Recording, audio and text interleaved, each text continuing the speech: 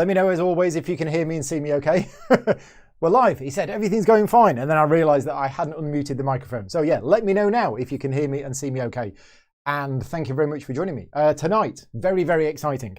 Cloudspire, I've not played it in over a year, but it was and still is my favorite game of 2019. The second printing is being delivered to backers right now. I know some of you watching this have got the second printing and some of you are still waiting for it. I had the first printing of the game, so I got an upgrade kit. So all of my stuff has been upgraded with the new stuff, the new rule books, which are fantastic, and new chips. A couple of things have been tweaked and rebalanced. A couple of small changes to the rules. Anyway, tonight is going to be a solo playthrough of the first scenario that comes in the game. So the game has obviously the PvP mode. It has loads of solo scenarios. It has loads of cooperative scenarios. We're going to be playing through the solo scenario tonight, and we're going to be playing through the first one. It is going to be predominantly a playthrough. I am going to be doing some tutorial during this video, but if I was to make this a proper tutorial and playthrough, it would be a lot longer and I'd be going into a lot more detail. So you're going to get an idea of how it plays. If you are brand new to Cloudspire and you don't know anything about it, hopefully this video is going to be useful. But what I'm saying is I'm not going to go into the minutiae detail of every single rule that's in there. Yeah, also this is not a sponsored video. Although I have a professional working relationship with Chip Theory Games in some areas, this is not a sponsored video. So I've basically taken most of today off work to prepare for this, and that's only possible due to the support of my Patreon campaign. So a huge thank you to all of my Patreon supporters for making this possible. I am super excited to play it because, as I say, it is a great game. I really love the game. And I can say that because this is not a sponsored video, so I can be completely honest and open about it. Now, I say it's a solo playthrough. Oh yeah, the blue text on screen. I can change the blue text on screen. I have to go into here. Then I have to go into here. And Tom's going to call me any minute now. What I was going to say is, although it's a solo playthrough that we're doing tonight, I'm actually playing it with Tom Heath. So Tom Heath, good friend of mine from Slicker Drips. Let's see what colour comes up now. We're going to actually be playing through the solo game together tonight. Tom is live streaming this right now on his channel. He's got the game set up and he's basically going to call me any minute now. And we're actually going to be playing through the game together. We're going to be playing through exactly the same game. So we're going to be talking about our decisions. We're going to be making the decisions together and we're going to be mirroring what's happening. So we're not both playing a separate game just at the same time. We're actually going to be playing exactly the same game. Yeah, so we've now got purple in the chat. Okay, I'm going to change it again. Third time lucky. Here we go. Let's go again for another colour and see what happens. I really wish they would allow this chat plugin to pick your colour, or at least not pick a random one every time. While we're waiting for Tom to call in, yeah, what I will say about this game is there's two levels of complexity with this game.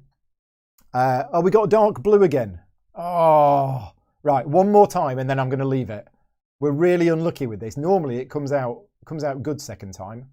But again, the chat plugin, and there isn't another one, it picks a random colour.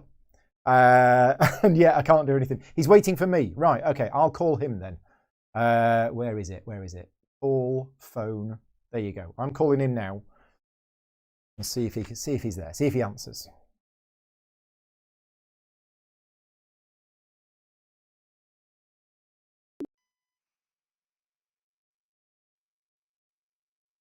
Hello, hello, can you hear me?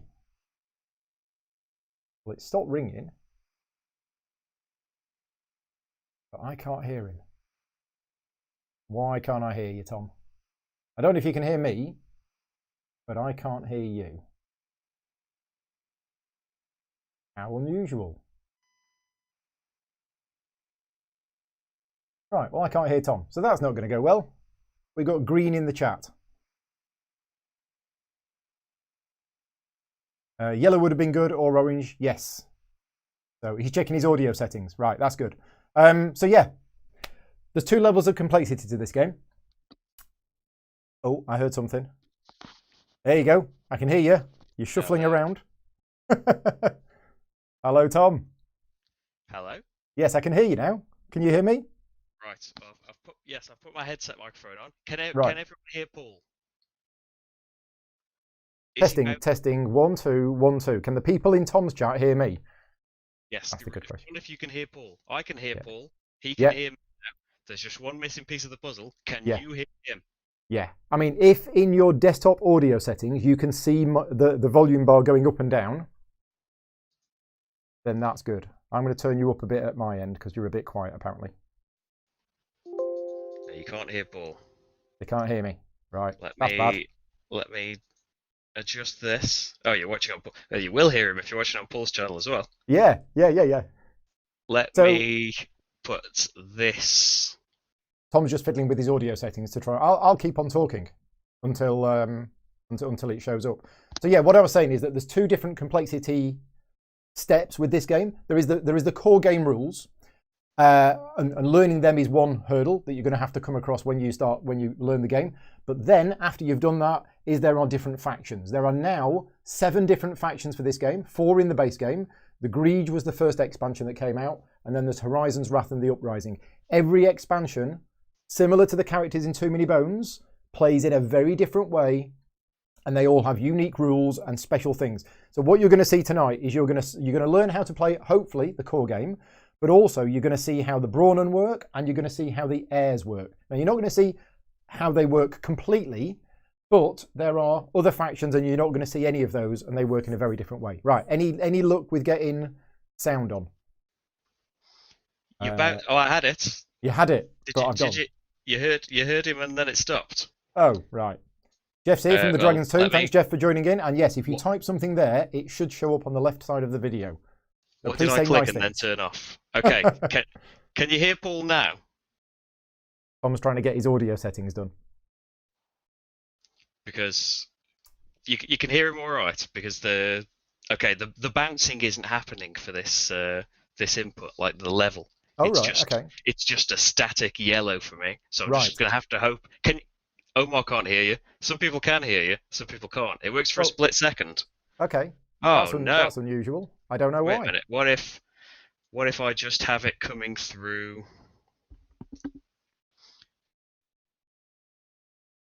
I've turned me down a little bit for my stream because people were saying that I'm a lot louder than you. And I've turned you up at this end. So hopefully that's okay. But yeah, I'll keep on talking, and your audience will know. I mean, I can't hear Tom now, so Tom's disappeared. So Tom's had this game as long as I've had this game, but I've played this game a whole bunch, and I think Tom got scared off. But then he disappeared. Yeah, but you're back now. So he's just coming in for split seconds. It was working before. That's really weird, isn't it? I suppose it was Skype, but I don't see why a different browser should be making a difference This shouldn't be anything different. We're just using Messenger for voice chat, but as long as are you picking up desktop audio with your mixer in Streamlabs? Desktop audio is meant to be on, but it's not bouncing. Right. So if you click on the little cog, and then go into properties, and then change the default to whatever, then it should pick up. Yeah, that should be picking up where it's sending. Yeah. Wait a minute. Yeah, that's exactly what I've got here. But I mean, I had audio issues earlier on in the week, so apologies for this. We will get started. I'll keep on talking. I think. You think you've sorted it? I see bouncing now. Okay, bouncing is good. People can hear me on Tom's screen. I can see constant bouncing when Paul is talking. Hopefully you can hear him. There's a little bit of a delay. Bouncing. But rather than a split second, hopefully you can hear him constantly now. Hopefully. Let me know. Right. It worked twice for a split second. And the sound is good. Is that an old message? Who knows? Let's hope that it's working. Let's hope it's working. Right. So solo scenario number 1. Now, one of the main things about this game, and this is really for the people watching this who don't really know much about, I almost said Too Many Bones then, who don't know much about Cloudspire, is the solo game and the cooperative game work very differently. Now, Paul is a little quiet. Right, I'll turn me up again. The solo game, you will see here, this is the setup. So if I just show you the solo book, so this is the solo book, right? Solo and cooperative scenarios. There's loads of them. And what you do is you set up the map very specifically, and it tells you exactly what to put on the map and where everything is. There is a little bit of a variable setup, and we did all of this beforehand, and we rolled a 6, which means these two spires have swapped locations. So it's not, the tiles are the same and what's there is the same, but you use a slightly different configuration based on what dice you roll, okay? In the PvP game, it is tower versus or fortress versus fortress, but you don't start with anything on the board, okay? So the solo game is very different. You can see these spires, and if I just put my side camera on, you can see the spires. They're already here. They've already got upgrades. That won't be the case in the PvP game. The PvP game, both players start with absolutely nothing on the board, and you've got to explore it. Now, Tom, you're all set up at your end. You've got exactly the same thing set up, yep? Yes, we are all set up, and the people can hear you now. Excellent, excellent. We're all good. So let's go through what the objective of this particular solo game is. This is Ignition. This is the Brawnen. There's a nice little bit of story that goes along with it. And basically, we have 3 objectives. We will gain 1 renown for each of these objectives that we complete, because you can take renown from one scenario to the next. It's like a little campaign system. You can spend renown to get advantages.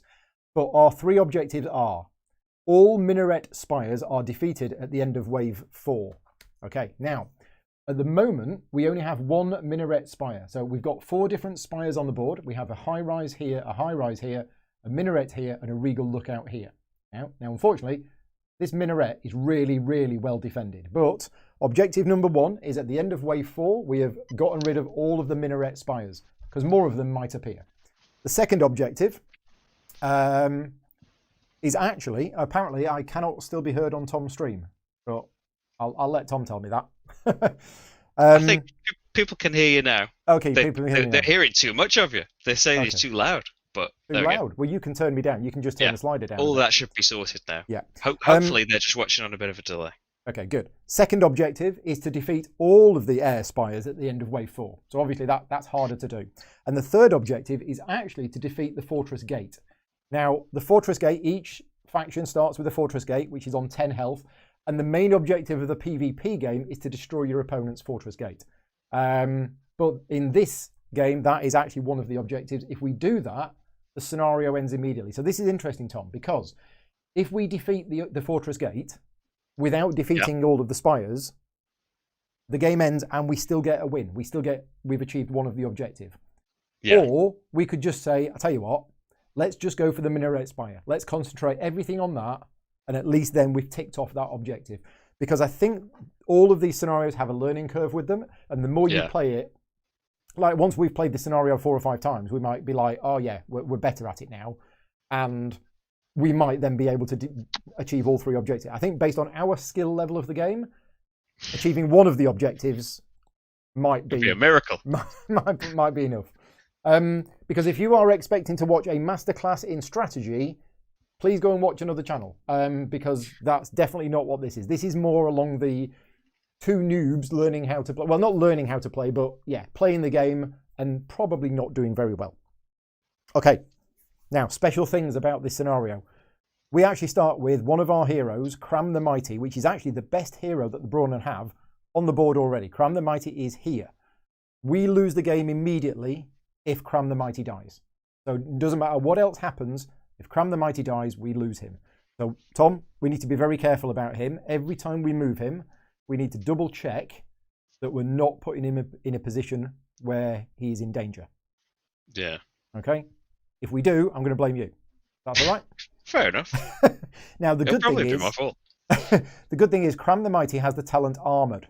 So, one of the things about this game is that there are so many keywords which you will have to look up. And if you can see Cram the Mighty is armoured.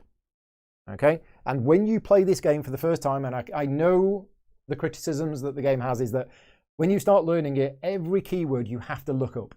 And it will slow down your games while you're learning how to play it, because there are so many keywords and you have to go and look them up. That's just part of the game. But what armoured means is anytime we are attacked, the damage is reduced by 1. Okay? Now, specifically, I used when you are attacked. If you ever take damage from another way, like retaliation or anything like that, it's not reduced. So we need to be very careful of that. It's only when Cram the Mighty is attacked in combat that the armoured ability kicks in. Right. You got any questions before we start, Tom? How do we win? Well, we said that. Not the objective. What are all the steps? Okay. What we're going to do is we're going to start playing, and then we'll teach you as we go along all of the different things. So the game is divided into waves. This scenario is divided into 4 waves. It says here, waves 4. And each wave follows a sequence of events, which is actually printed on the back of the rulebook here. So this is the entire wave sequence. If you want to show everybody the back of the rulebook, Tom, the wave sequence is here. And we basically follow this through, and we do this 4 times. Now, a lot of these phases are fairly short. The onslaught phase goes on for quite a while. That is the bulk of the game. But what we're going to do is we're going to go through, and we're going to go through each of the phases in detail. The first phase is the event phase. Now, if you're playing PvP, there is an event deck. It does recommend not playing with the event deck for your first games because they are cards which can cause massive changes to the game. I would personally not play with the event cards for your first couple of games, but you don't use them in the solo game. And in fact, in the solo game, the event phase is actually replaced by, it says here, wave 1, event phase, roll the event die. So this is what we do. Tom, do you want to roll a d6? Tell me what you get. Let's have a look. Oh, a special d6. We've got 5. 5. So we add an ungrouped joust, upgraded, that's what the star means, to the bottom of the air deployment stack this wave. Okay, so we need to get a joust unit. Flip it to the upgraded side, the promoted side with the star on it. It comes with 4 health, and that is going to go on the bottom of the stack. So we're going to put that on the deployment space of the Air's Fortress. Okay, right, so that's the event phase done. Then we go into the income phase. Now, in the income phase, when you're playing PvP, this is where you get one of the currencies of the game called Source, and then you spend the Source on doing cool stuff. In this scenario, look how much Source we get. None, right? So neither player gets any Source in the income phase in this scenario. Okay, so this is a very different scenario. We are going to have to get our Source from other means. So we don't do that. What we do though, is we go into the market phase. Now, in the market phase, if you look down here, we have 3 chips that are drawn from the top of the market stack, and we have an Earthscape. Now, this is the pile of Earthscapes. The top one is turned face up. And in the market phase, both players, starting with the first player, which is us, for wave 1, gets to buy 1 thing from the market. However, you buy things with Source. And how much Source do we have, Tom? Absolutely not. So we actually don't do anything in the market phase. Although the market phase happens, we don't have any Source, so we don't do anything. That's the market phase done. Now we go into the build phase. Okay, so the build phase is next. And in the build phase, similar to the market phase, players will take turns to do various building things. However, everything you do in this phase costs Source. Again, we don't have any Source, so we don't actually do the build phase in the first wave of the game. What we now go into is the prep phase. Okay, now in the prep phase, the first thing we do is we declare our mark. Now this is more important for PvP because what happens is you have to declare where your minions are going to head towards this round. Now, if you're playing a 1v1 game, you don't really need to do that because the opposing fortress gate is your mark and your fortress gate is their mark. But if you were playing this 3 or 4 player, you would have to designate which other player is your mark, and all of your minions for that turn will head towards their fortress. You don't have any control of them. We don't need to do that in this game because our mark is the enemy fortress and their mark is our fortress. So we don't need to do that. The next thing we do is we select units with command points. Now, I mentioned that there was 2 currencies in this game. The first currency is the Source, which you will use to buy upgrades and build spires. The second source is command points, which we've got 5. We spend it, it doesn't carry over. So there's no physical representation in the game of command points because we just have to spend it. Okay, so let's have a look at our units. These are all of the units in our barracks for the Brawnen. Every faction is different. And the number in the yellow fist in the top right, that is how much Source it costs to buy that unit. So Tom, do you know how you want to spend the 5 source? Well, we can't get any of these heroes out, can we? We can't buy a hero for 2 reasons. First, even in a PvP game, you get your starting hero for free, and you cannot get another hero in wave 1. Okay, this scenario is different. This scenario, we start with Cram the Mighty, and we cannot have any other heroes for the entire game.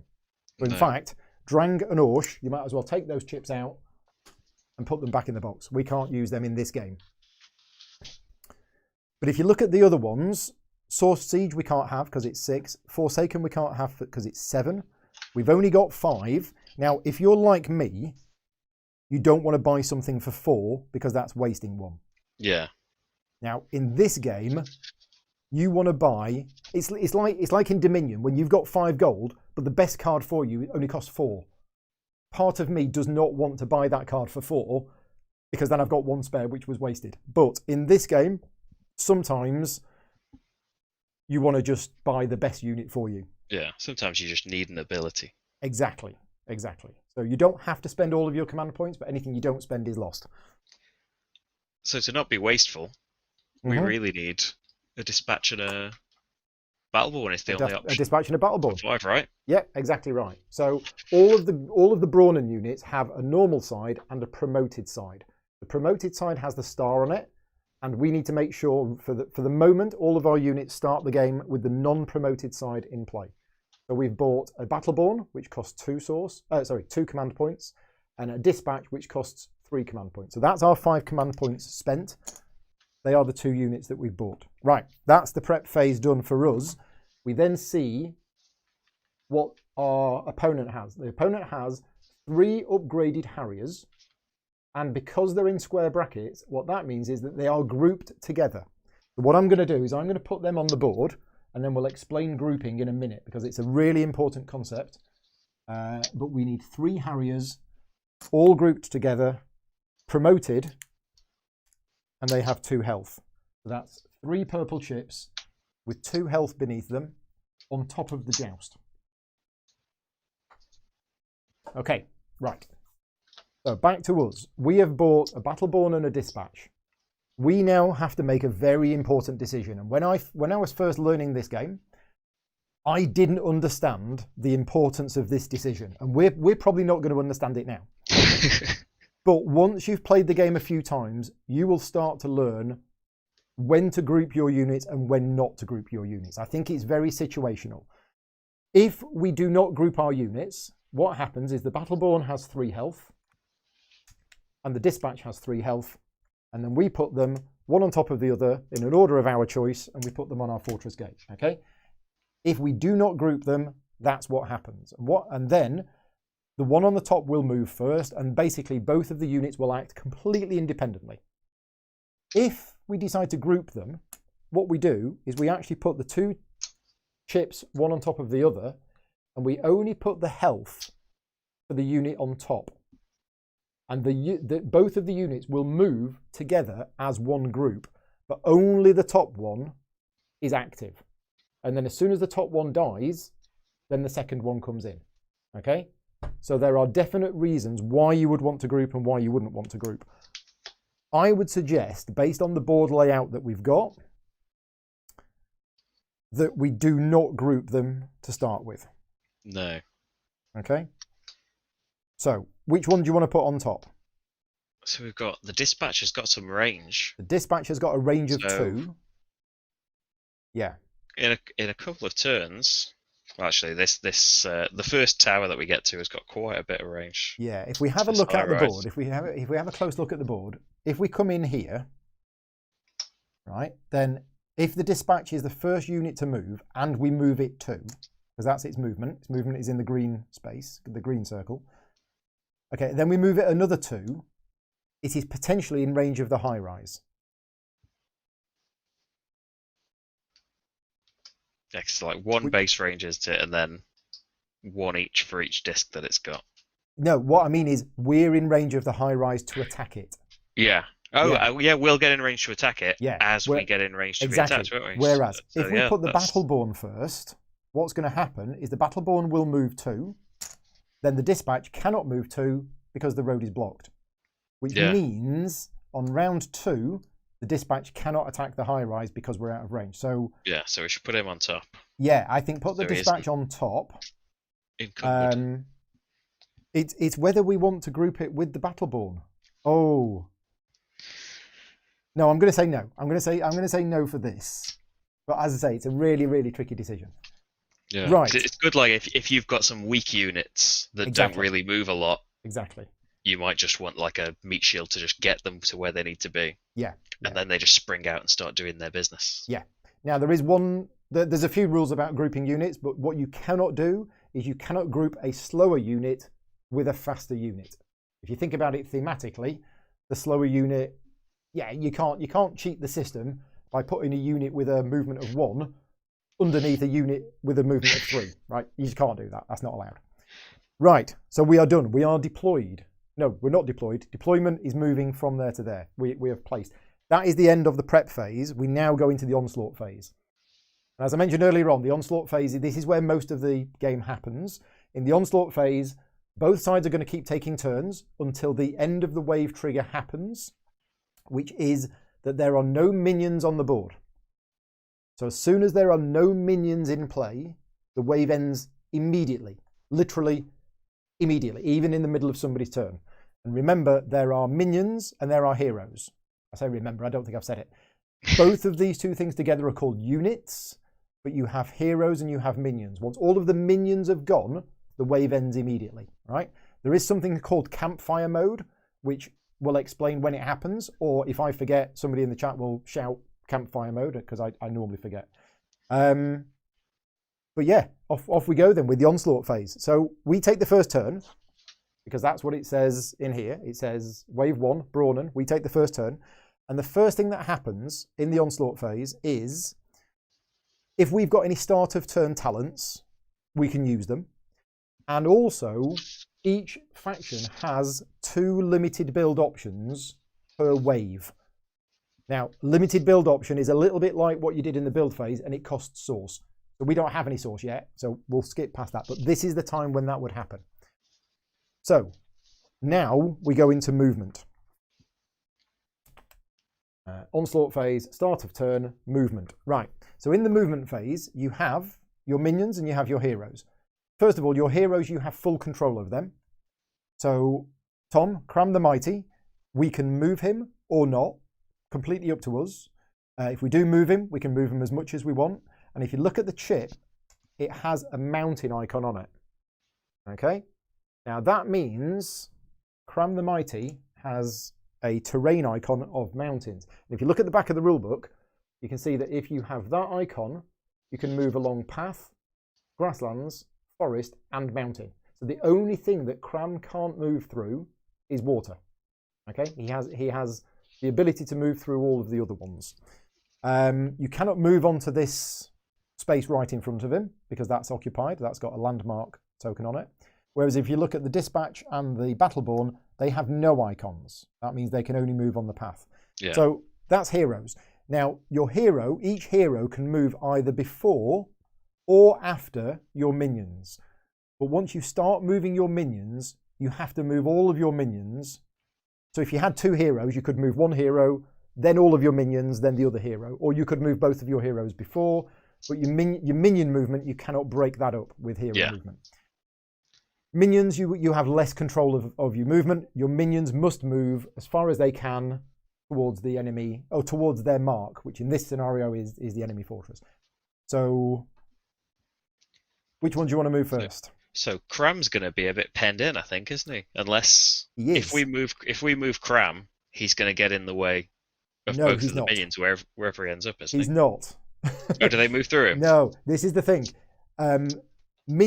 Friendly minions will block the movement of other friendly minions.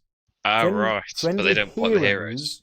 Will not block the movement of friendly minions. These are the displacement rules. So if we moved Cram first onto the path, 2 spaces ahead, the dispatch would then move 2, and he would swap places with Cram. And then the Battleborn would come up and swap places with Cram, and Cram would actually end up back on the fortress gate. Oh, right. So Yeah, so he's probably better off where he is then. I think we leave Cram where he is. Because he can do some exploring, can't he? Yeah, yeah. Of that tile. Yeah. So we just move the dispatch go, they're full 2. Yeah, they go the full 2. So And they the go along the Battleborn. path, 2 spaces ahead.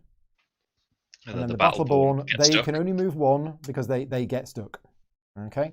Now, you have to move your full movement, and you must end up closer to your target than when you started.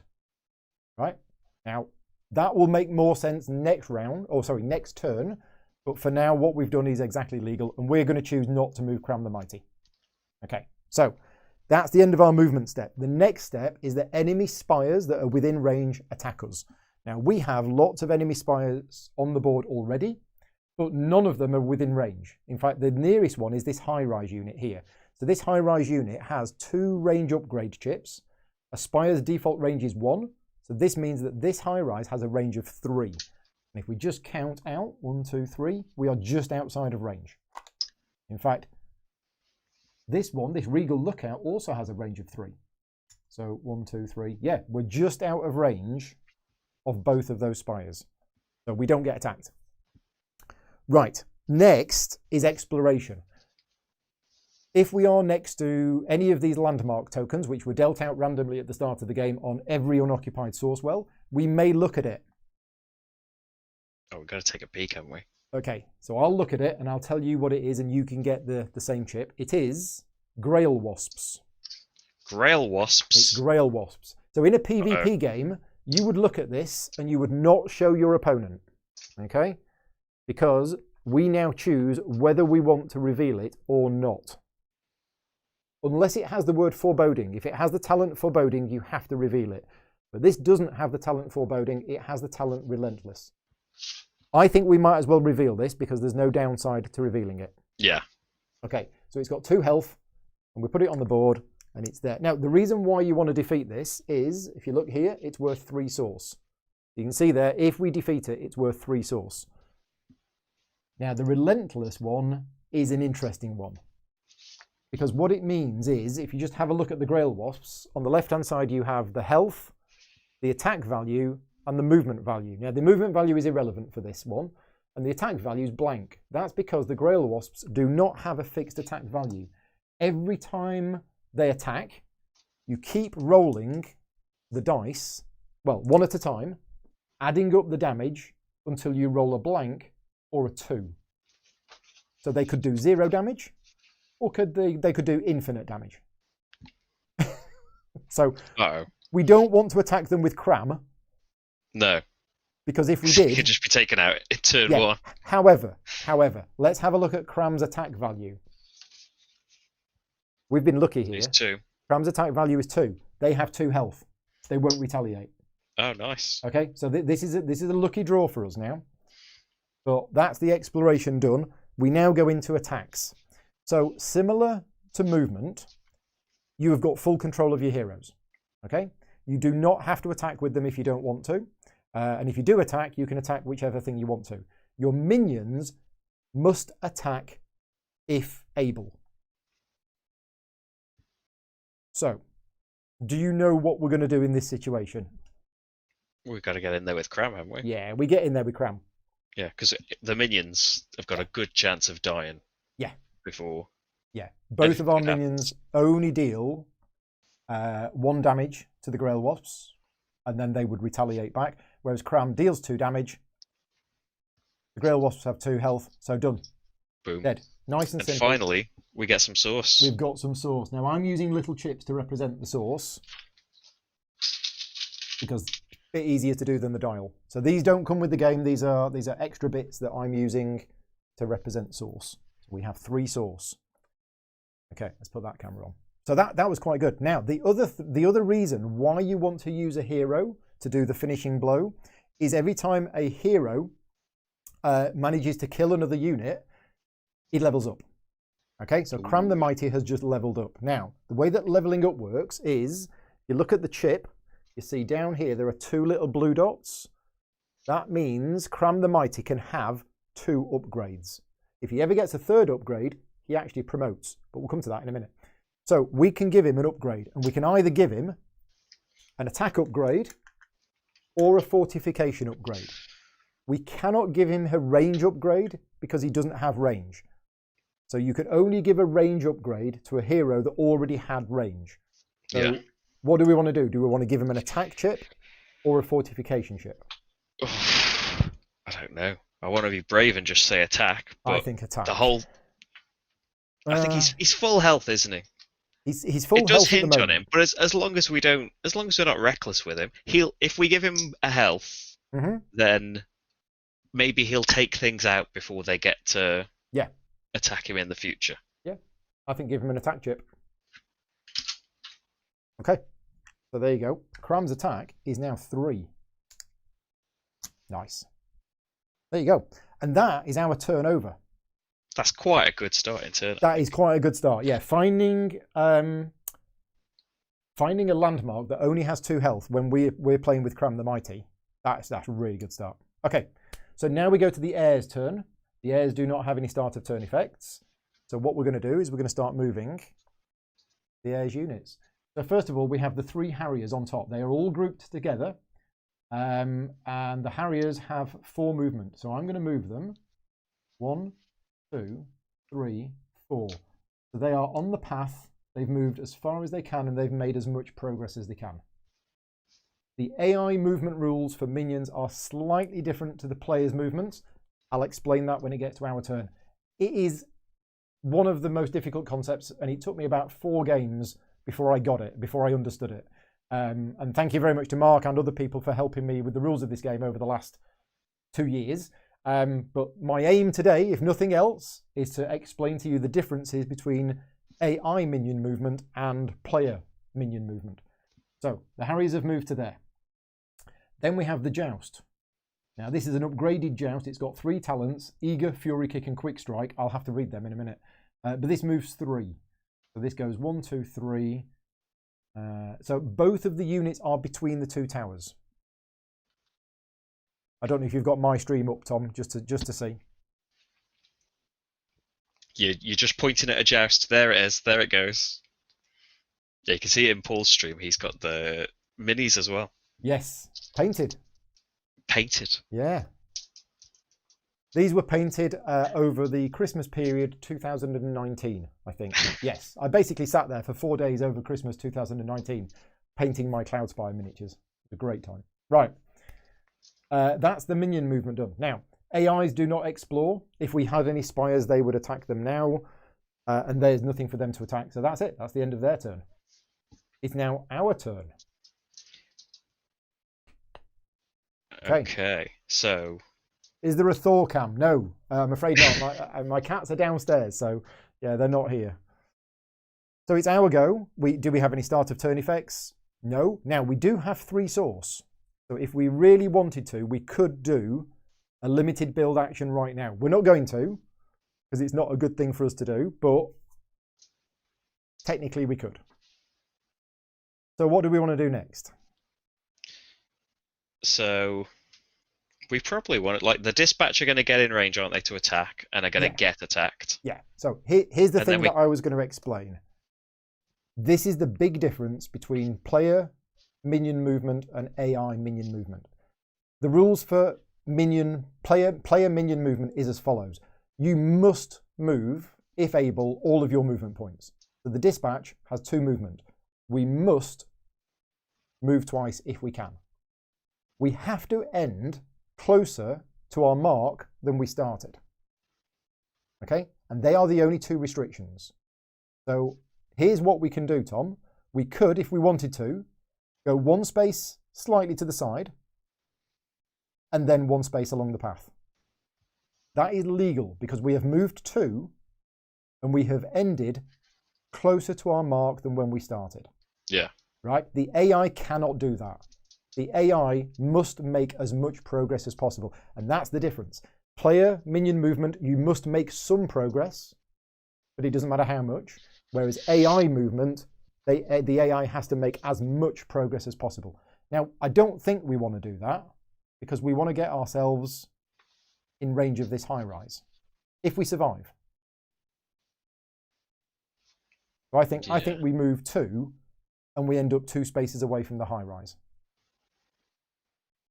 Yeah, because we don't want to just get attacked and not be able to attack. No. We don't have a choice with the... Oh, no, we do have a choice with the Battleborn. Again, the Battleborn, we could move it 2 spaces straight up, or we could wiggle to the side. Because it's made progress. I don't think we want to. I think we want to go 2 spaces forward. Yeah, because whether the Dispatches survives or not, the Battleborn will be in a nice position. Exactly. Next time. Exactly. Now, we have Cram the Mighty. What are you thinking to do with Cram the Mighty before I then tell you how the Elfinkazi work? Well, I think maybe we should just move him towards the next landmark. Maybe he can just be scraping up upgrades and source in the background while we... That would be great. So here's how the Elfinkazi work. And when I played a test game this afternoon, I never came across the Elfinkazi because I was playing against the Grove Tenders. But the Elfinkazi are a crazy unit. First of all, they're like little flying birds. And there's 2 types. One of them has a healing potion on it, and the other one has a bomb. And the scenario basically, or because this has the Regal Lookout has the 1 Elfin ability, that means at the start of the Onslaught phase, it gets an Elfinkazi unit on it. Now, the Elfinkazi only has 1 health. It doesn't have any movement value on it itself, but it's on the Regal Lookout, and the Regal Lookout has 3 roost. What that basically means is any Elfinkazi which is roosted here, when it flies off, it can move up to 3 spaces away. Now, the Elfinkazi will only move... this is the Roost Roam. Sorry, I got it wrong again. The Roost Roam ability. And if we look it up, the unit does not attack. Its movement stat is the roost value of the chip which it was on, which is 3. It will use any amount of its movement to get adjacent to an opposing hero. Otherwise, it does not move. Basically, the Elfinkazi is here with a bomb, and as soon as Cram gets within 3 or within 4, the Elfinkazi will take off, fly towards Cram, and then land, and then explode. So we need to be aware of that. So that would actually happen if he moves pretty much any of these spaces towards the landmark. Yeah. Well, if he was to move onto the path behind the Battleborn... Oh, yeah, it couldn't get adjacent there while the Battleborn's there. But it's got flying. The Elfinkazi has flying. So if we did that, what would happen is the Elfinkazi would actually go 1, 2... Oh no, I don't think it can land on the same space. I think it can fly through. Flying, it can only be attacked. Other units may displace this unit. Yeah, I think if you move onto the same space as a flying unit, you displace it. But yeah, Mark, if you're in the chat, let us know in this situation, if we were to move Cram here, if you can see from the overhead, I don't think the Elfinkazi would actually move because it can't move 3. Yeah, it surely can't hang out on top of the Battleborn if it survives its attack. So I think that's safe. So that would be a safe spot. Yeah, but next turn, if the Battleborn moves away and Cram stays where he is, then the Elfinkazi is going to come there and it's going to blow up. Now, that's not too much of a problem because it's going to happen at some point anyway, but it will basically deal 2 damage to everything, all adjacent units, fortress gates and spires that it's next to. Yeah. If we can engineer it so that when the bomb blows up, it's only next to Cram and not any of our other units, then that's good. That would be good. So so our things are quite nicely in the way of the Elfinkazi. Yeah. So we could move it up the path towards that landmark and see what the state of our minions are next time. Yeah. So at the moment, we've got the Dispatch 2 spaces away from the high rise. Behind it on the path, we've got the Battleborn, which is next to the landmark. And then behind that, we've got Cram the Mighty. So Cram is not next to the landmark. No. Yeah. Unfortunately, its legs are too little. So that's movement done. So now, enemy spires attack. And we have 2 enemy spires within range. We have the high rise, which is within range. We have the Regal Lookout within range. And in fact, both the Battleborn and the Dispatch are both in range of both of the enemy spires. Now we can choose which of the spires goes first, but there is a priority order in what they will attack. Okay, and the priority order is shown on page 14 of the rulebook, and it looks really complicated, but it's actually not. Basically, they will always go for. This is opposing units. Let me just check on spires, because that's units attacking. Here we go, spires. Spire attack priority is on page 13. Spires will, first of all, go for a hero that it can defeat. Right, that doesn't apply. A minion that it can defeat. Then it will go for a hero that it can damage. Then it will go for a minion it can damage. So if we look at these spires, both of these spires have 1 attack die. The value of an attack die ranges from 0 to 2. Both of our minions have 3 health. So currently, there is no minion that can be defeated by one of the spires on its own. Therefore, it's up to us which one we want it to attack. Oh, all attack priorities are on the back of the book. Okay, thank you very much. That's useful. Oh. I wonder, is it better for them to attack the Battleborn? That's exactly what I was thinking. Because the Dispatcher's got air defense. Well, it's got range for a start, but also it's got air defense, so it could take out flyers. Yeah, I agree. Because if one of them attacks the Dispatch, then the other one will attack the Dispatch. And therefore, we might lose the Dispatch. Yeah. So, okay. So we're going to do one of them. It doesn't matter which, on the Battleborn. Do you want to roll the dice? Okie doke. Let's see. We got 2. You rolled a 2. Okay. It's a 2. So that's 2 damage on the Battleborn. It's down to 1 health. Now, what that means is the other one is going to go for the same unit because it could potentially kill it. So you want to make another roll? Here we go. It is a 1. It's a 1. Right, so the Battleborn is dead. Now, normally, if this was a PvP game, the other player would gain source because they've defeated a unit, but the AI doesn't use source. So that Battleborn just goes back into our barracks. There you go. Okay, right. But that's it. That's the enemy spires done.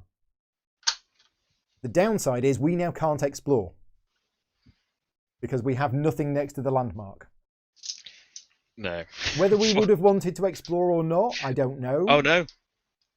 Does that has that been a bad decision though? Because that's opened things up for the Elfenkazi. Oh yeah. Our blocker's gone. Oops. So it may be a Think about that. But we're learning. We are learning from this. That's the whole point of this. We're learning. So yes, tactically, that was a bad mistake. Anyway, it's our go. We can now attack. The good news is I get to explain how attacking a spire works. So when you attack a spire, and our dispatch has a range of 2, so it can attack this spire. When you attack a spire, you remove the bottom chip from the stack of chips underneath the spire, no matter how much damage you do. Whether you do 1 damage or whether you do 10 damage, it's irrelevant. Any amount of damage removes the bottom chip from the spire. Unless that chip is a fortification chip, where the damage you deal has to be at least 2. Okay? So in this case, even though the dispatch only has 1 attack, boom, that's the range attack gone from the bottom of that spire. Okay? So it's only now got 1 attack chip and one range chip on it. So that's good. That is good. Right, that's our go done. Uh-oh. Uh-oh. Right, it is now the heir's turn. Now, does the Elfenkazi go now? I think it goes now. Should we just do it now and get it out of the way? Yeah. So the Elfenkazi goes 1, 2, 3. It lands between both of our units. It blows up, and it deals 2 damage to us and to Cram. Sorry, to Cram and to the dispatch. Okay. So there you go. So the dispatch is down to 1 health. Do we reduce his damage for his armoured? No, because it's not an attack. No, it's just to cause damage. It's just 2 damage, yeah. Okay. So now we have the Harrier. The Harrier goes first because it's at the front. It's nearest its mark. It moves 4. 1, 2, 3, 4. That's in front of the Regal Lookout. Yep. Then we do the joust, which moves 3. 1, 2, 3. I'm just going to read quickly what that talent does, because it's got eager, fury kick. I know what quick strike does. I just need to read what eager does. Eager. When this unit attacks a minion, displace the minion prior to dealing damage. Okay, so it attacks a minion and swaps place with it. And then when this unit attacks, it deals damage to all opposing units adjacent to it. Wow. Okay, right. But neither of them attack. So that's good. We're in a bit of trouble here. Yeah. How are we supposed to... Oh, gosh. Yeah. Uh-oh. How are we supposed... We got 3 Harriers bearing down on us. Can we do anything with our 3 source? So, yeah. It's our turn. With our 3 source, we can do a limited build action. Now, the only thing you can do with a limited build action is you can build or upgrade a spire. Now, the only 2 spires that we can construct at the start of this game is the drilling outpost and the dispatch platform. The drilling outpost costs 3. The dispatch platform costs 4. But the drilling outpost has the talent mining, and it says mining, you cannot build it in the onslaught phase. So actually, we cannot even build the dispatch platform right now. Okay. Because we need 4. Otherwise, we would definitely be building one right now. Yeah. We need to kill another unit. Yeah, we need to kill another unit just to get a little bit of source so that we can then buy something big. Right. Start of turn. We don't have any start of turn effects. We're not going to do a limited build. So off we go. Yeah, spires are not units. Yeah. Yes. Right. So the dispatch. We have choices with the dispatch. Yeah. We could move it to as far as it can along the road. It will then die because it's in range of like the minarets. Yeah, it's in range of all of them. So it's probably a good idea to maybe hide behind the high rise, hope it misses, and that it can get another attack off. I'm not sure we can. Are you thinking moving 2 spaces effectively sideways? Yes. We can't. Because it's top to bottom the map is supposed because to be, we isn't have it? It's not got to go made progress. it's got to go closer to the... Yeah. So the space that it's on right now and this space right in front of the high rise, they are both equidistant from the mark. Yeah. And lateral movement is only allowed if progress cannot be made. Progress can be... So we could move... We could end up just moving it 1 space by effectively going one backwards and then 1 forward. Yeah. We could do that. Yeah, we can basically move it 1 or 2. But I don't think it's going to help us at all. No. Because I think it's still in range of everything either way, isn't it? Yeah. It's in range of all 3 towers, no matter where it's it in range of all 3 towers, wherever we leave it. So, yeah. He can move too. He can be bold. We'll move it to. We'll move it to there. Now, what are we going to do with Cram? Cram he's a bit safer now. Is he going to... I think maybe we should... If we want to build a dispatch platform, we need source, don't we? We do, but I'm nervous about putting Cram... If he moves 1 further forward, is he within range of the Regal Lookout? Yeah, I don't think he should go to the Harrier. Maybe go to the landmark and see if he can... That's what I was thinking. Take it down. Yeah, because he can just go. He can just go up from where he is, and then he's out. He's next to the landmark, but out of range of all of the scary stuff for now. I'm just checking that I set these. I set these units up correctly because I'm looking at it now and I'm thinking, this looks quite hard. Yeah. Well, it's rolling that joust as well. Like something bad was going to happen to us no matter what we rolled. Yeah. But yeah, no, we got it right. Okay, so yeah, if we just move Cram 1 onto the path in front of the landmark, we are out of range of all of the towers. Yep. Okay, so now we do the spires attacking us. You want to roll? You've got to roll 4 blanks. Come on, here we go. We can do this. 4 blanks. Right, where's a good die? What's could be lucky? We've got we can stop there. First one was a 1, so sorry, dispatch. Gone. Right, now we can explore. So I'm going to draw the tile, and we're going to have a look at it.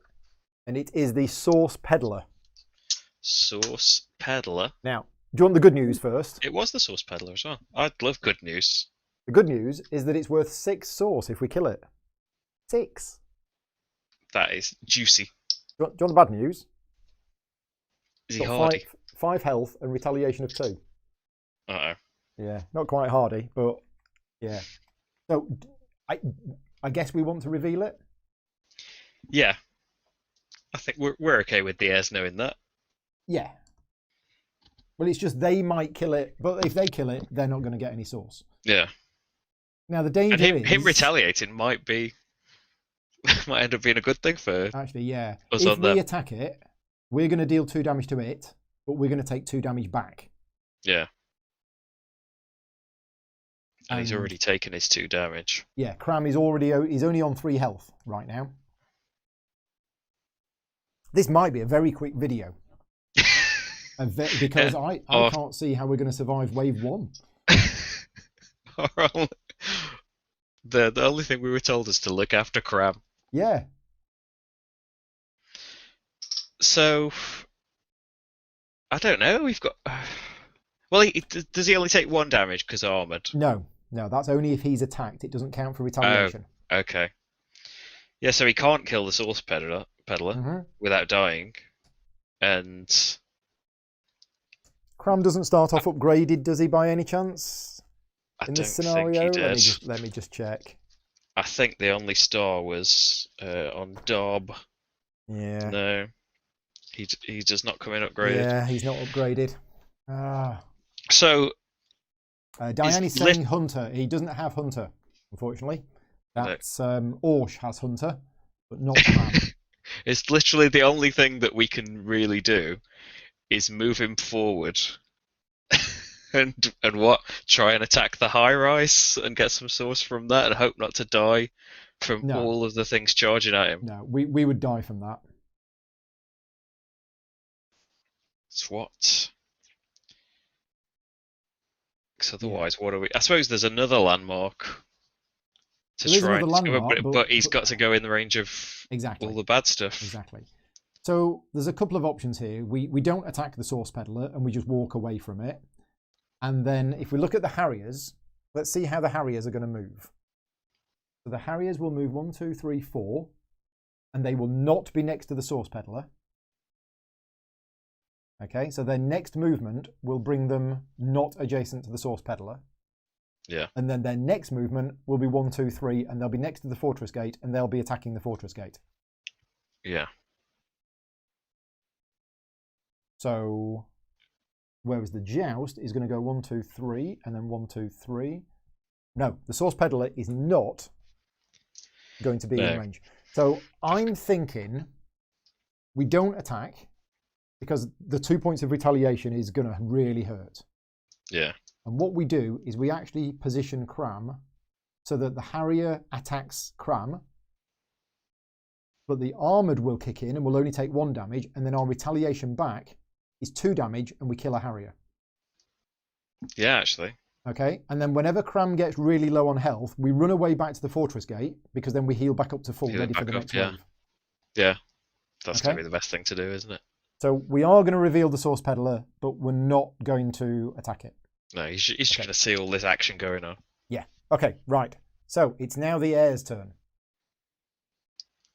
Yeah, so Harrier. 1, 2, 3, 4. And the Joust goes 1, 2, 3. Okay. No spires, no exploration, no attacks. Our go. So Cram is doing some furious backpedaling. I think if we put him on the space... trees. Well, where do you want to put him? Well, what is their priority actually? Will they choose to? That's a good point. They'll attack the gate over everything else. So we need to put him in the way of the gate, don't we? Yeah, we put him in the way of the gate. We put him on the path directly in front of the gate. Yeah. Okay. Because otherwise, as you say, if we put Cram in the forest to the side, what's going to happen is they'll come along and their priority is the gate. So yeah, we need to put Cram in the way. Absolutely. Okay. No spire attacks, no exploration, no attacks. Their turn. So the Harrier moves as far as it can towards its mark. So it's on the space in front of Cram. And then the Joust goes 1, 2, 3. And that is now 2 spaces away from the Harrier and 2 spaces away from the Source Peddler. Yeah. Okay. Now a quick note, the Harrier and the Joust both have the talent Quick Strike. What that means is that if we had any Spires, they would actually attack before the Spires. Okay. Right, so the Harrier will attack. Yeah, so the Harrier attacks us, does 2 damage, but because we've got armoured, we only take 1 damage. So we're down to 2 health. We now retaliate back, and we retaliate back for 2, and we kill one of the Harriers. So because they're grouped, we just take the top one off, and we get for that 1 source. A whole source. Yeah, but that's all we need. But yes, we can get that is enough to build a dispatch platform. Okay. Right. So that is their turn. Now it's our turn. Do we want to do a limited build action to build a dispatch platform?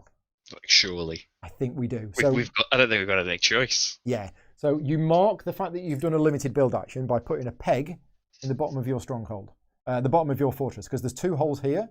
Oh, we level up Cram. Oh yes, thank you, Mark. Yeah, we level up Cram.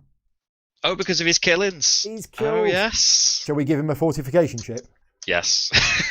Definitely. Well, now, see, the other option, because I'm looking at the Joust. The Joust has 4 health. Oh, yeah?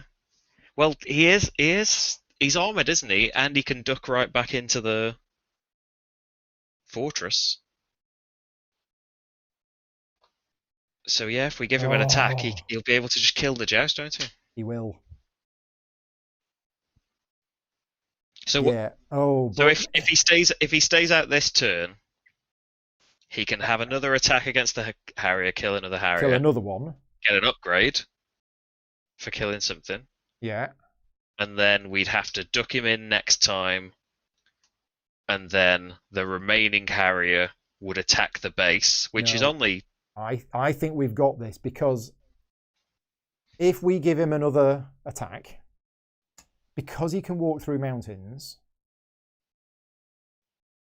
we can actually step away from the fortress gate. The Harrier will then move to the fortress gate and not attack Cram, and Cram could sneak in and attack the Joust before the Joust gets to attack. Oh yeah? You think that'll work? Yeah, let's do it. So we're going to give him another attack upgrade. Right, okay. So our limited build action, as I was saying, you get to do 2 limited build actions per wave. You mark it by putting a peg in there, and you can only build or upgrade a spire. So we can build a dispatch platform. Now you can only build spires on either your own source wells. Each fortress gate has 2 source wells included in it, or you can build it on any source well on a tile that you have influence over. Now we've not mentioned influence yet, but you have influence at the start of the game on the tile closest to your fortress. And as soon as you've got a spire there, you then have influence over every tile adjacent to that one. Okay, so these divisions between the tiles, they are important. So at the moment, we could actually build a spire either on either of our source wells for our fortress, or the source well on the first map tile, which I think we do. Yeah, because it'll be able to take the. Yeah. It's in range of everything. So when you build a source well, this is how much source it costs for, and these are the upgrades it comes with. So it comes with an attack upgrade and a ranged upgrade. I don't know why I'm showing them to that camera, because that camera isn't on. But we can choose the order in which these go. Now, generally speaking, you would want to put the range on the bottom, because otherwise, if you put the attack on the bottom, then the first time that this spire is attacked, the attack chip goes, and although it's got range, it doesn't actually have any attack. So you generally want to put the range on the bottom. I think we do.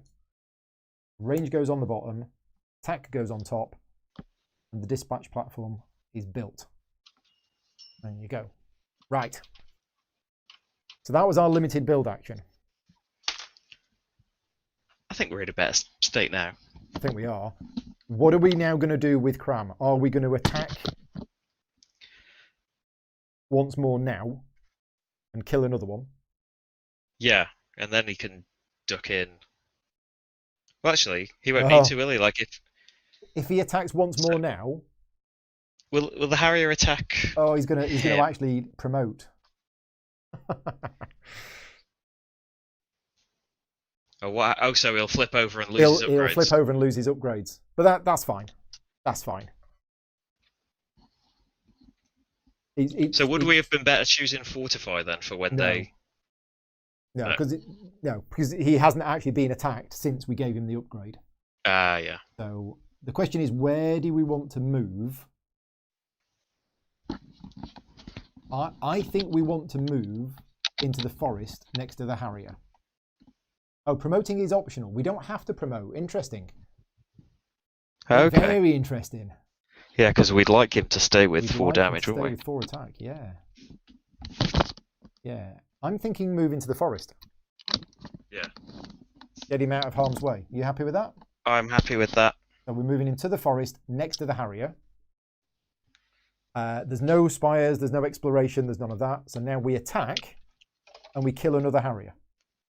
I'm happy with that as well. Okay.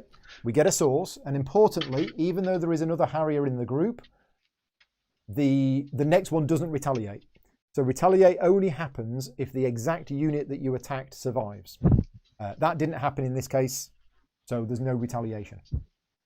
We have 1 source. Excellent. Okay. It's now our opponent's turn. So, have we got this right? I think we have. The Harrier moves 1 towards the fortress gate. The Joust moves 2 behind it and can't move any further. Is that right? I mean, it has Eager, Fury Kick, Quick Strike. Don't think any of those. Because he can't swap places on the trees, can he? No. No, because it doesn't have Foresty Walk. So the Harrier will attack the gate.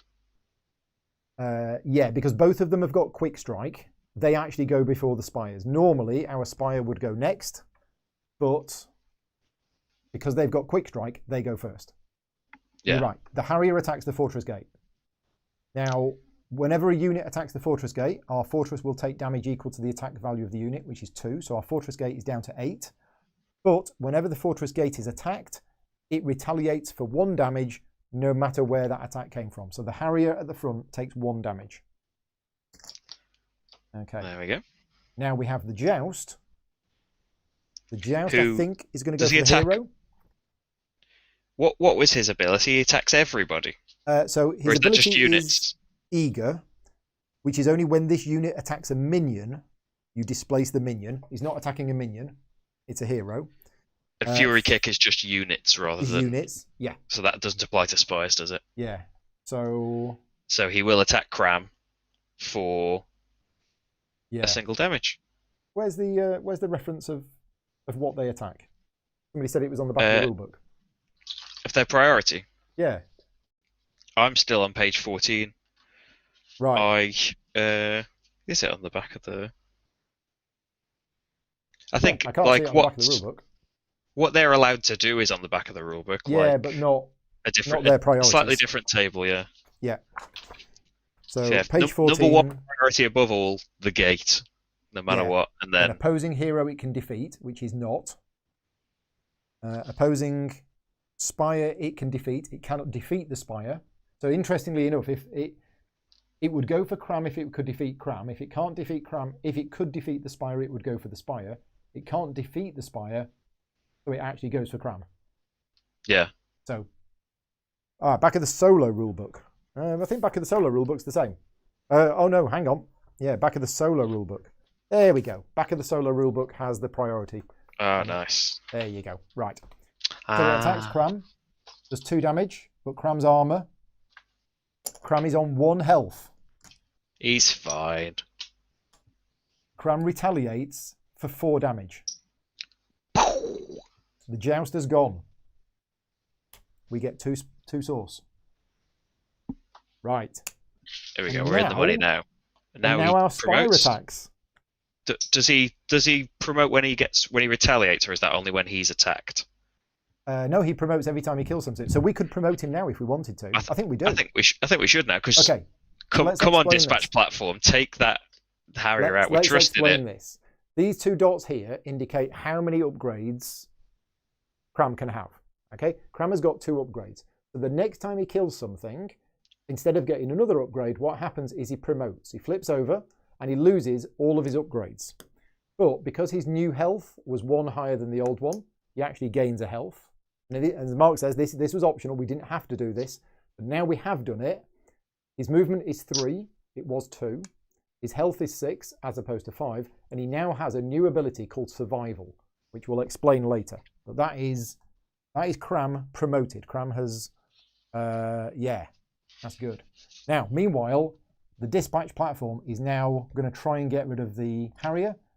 And if we do this, it's the end of the wave. So we actually don't want this to hit, because we want to have a turn where Cram attacks it and gets another level up. Come on, dispatch platform, miss. We shouldn't have built this. Maybe we shouldn't have built it. I got so excited about building it. After all that. Right, make the roll. It is 1. It is a 1. So we have killed the Harrier. We get 1 source, and the wave ends immediately because all minions have gone. Poof. Right, there you go. Well, if you just wanted to see roughly what the game is about, that's wave 1. You've seen it. You've seen it start. That was a bit nerve-wracking at times. I thought we've lost this. How are we ever going to do this? Right. If you tuned in for mad skills, though, keep watching. Keep watching. Right. Okay. So the wave is over. Discard resolved. Yeah. Okay. We basically remove the limited build pegs and we go to wave 2. Okay. Wave 2. Right. Start of wave 2, we have the event phase. So do you want to roll that event die again? Oh, yep. And let's see what happens this time. We get 6. Same thing, isn't it? Oh no, not again. We've mastered the art of anti-jousting, though. Killing the jousts. So 6. Yep. So add an ungrouped. So I'll just put him back. He's still here from before. There you go. That's there. Right now. Income phase, 0. Market phase, as normal. So this is slightly we've got money. We have 4 source. Now the market in the 2nd edition rules clears at the start of every market phase. It didn't used to. So we get rid of all of the chips. Now, do we get rid of the Earthscape as well? I remember. No. Let's have a look. Market phase. At the start of each market phase, with the exception of wave 1, refresh the market by discarding all current market offerings. Yes. We get rid of that as well. And then we reveal new ones. Okay, so the new chips that we have in the market are as follows. We have the Hero, Lostermeyer. And we have 2 pieces of equipment. We have the Time Vials. And we have the Makeshift Wings. Time Vials and the Makeshift Wings. And the Earthscape is the one with the 2 source wells. 1 in a forest. 2 source wells. 1 in a forest. 1 in a forest, 1 path, and another one next to what looks like a tent. Okie doke, I got you. Right, okay. So we could buy 1 thing from the market. Now the Earthscapes, there's a whole set of rules to do with Earthscapes that we might see tonight, we might not, but an Earthscape costs 2 source. And basically this allows us to put this somewhere on the board. Altering the terrain can be massively tactically useful. Like we could, for example, put it here, right? And what that would do is you can't break the path, so it would continue the path, but it means we've got 2 extra source wells that we could build on, which might be extremely useful if we decide to go down the route of, because one of the things the Brawnen can do, if we buy the correct upgrade, is we can buy a siege tower. And a siege tower will allow our spires to attack other spires. Because that's one of the important things in this game. Spires attack units. Spires do not attack other spires. But the Brawnen have an ability, have an upgrade where we can do that. So that might be something we want to do. Yeah. Might be. And that is our opportunity to do it with that tile. So that's what I'm tempted to do. And then we have to just get as much source as we can, and we have to build siege towers and try and blow it. I think there's multiple ways to do this scenario. I think that's one of them. Yeah. Yeah, the other option is that we buy some of this equipment, but equipment's assigned to the hero, but only when they deploy. So we'd have to send Cram home to give him a piece of equipment.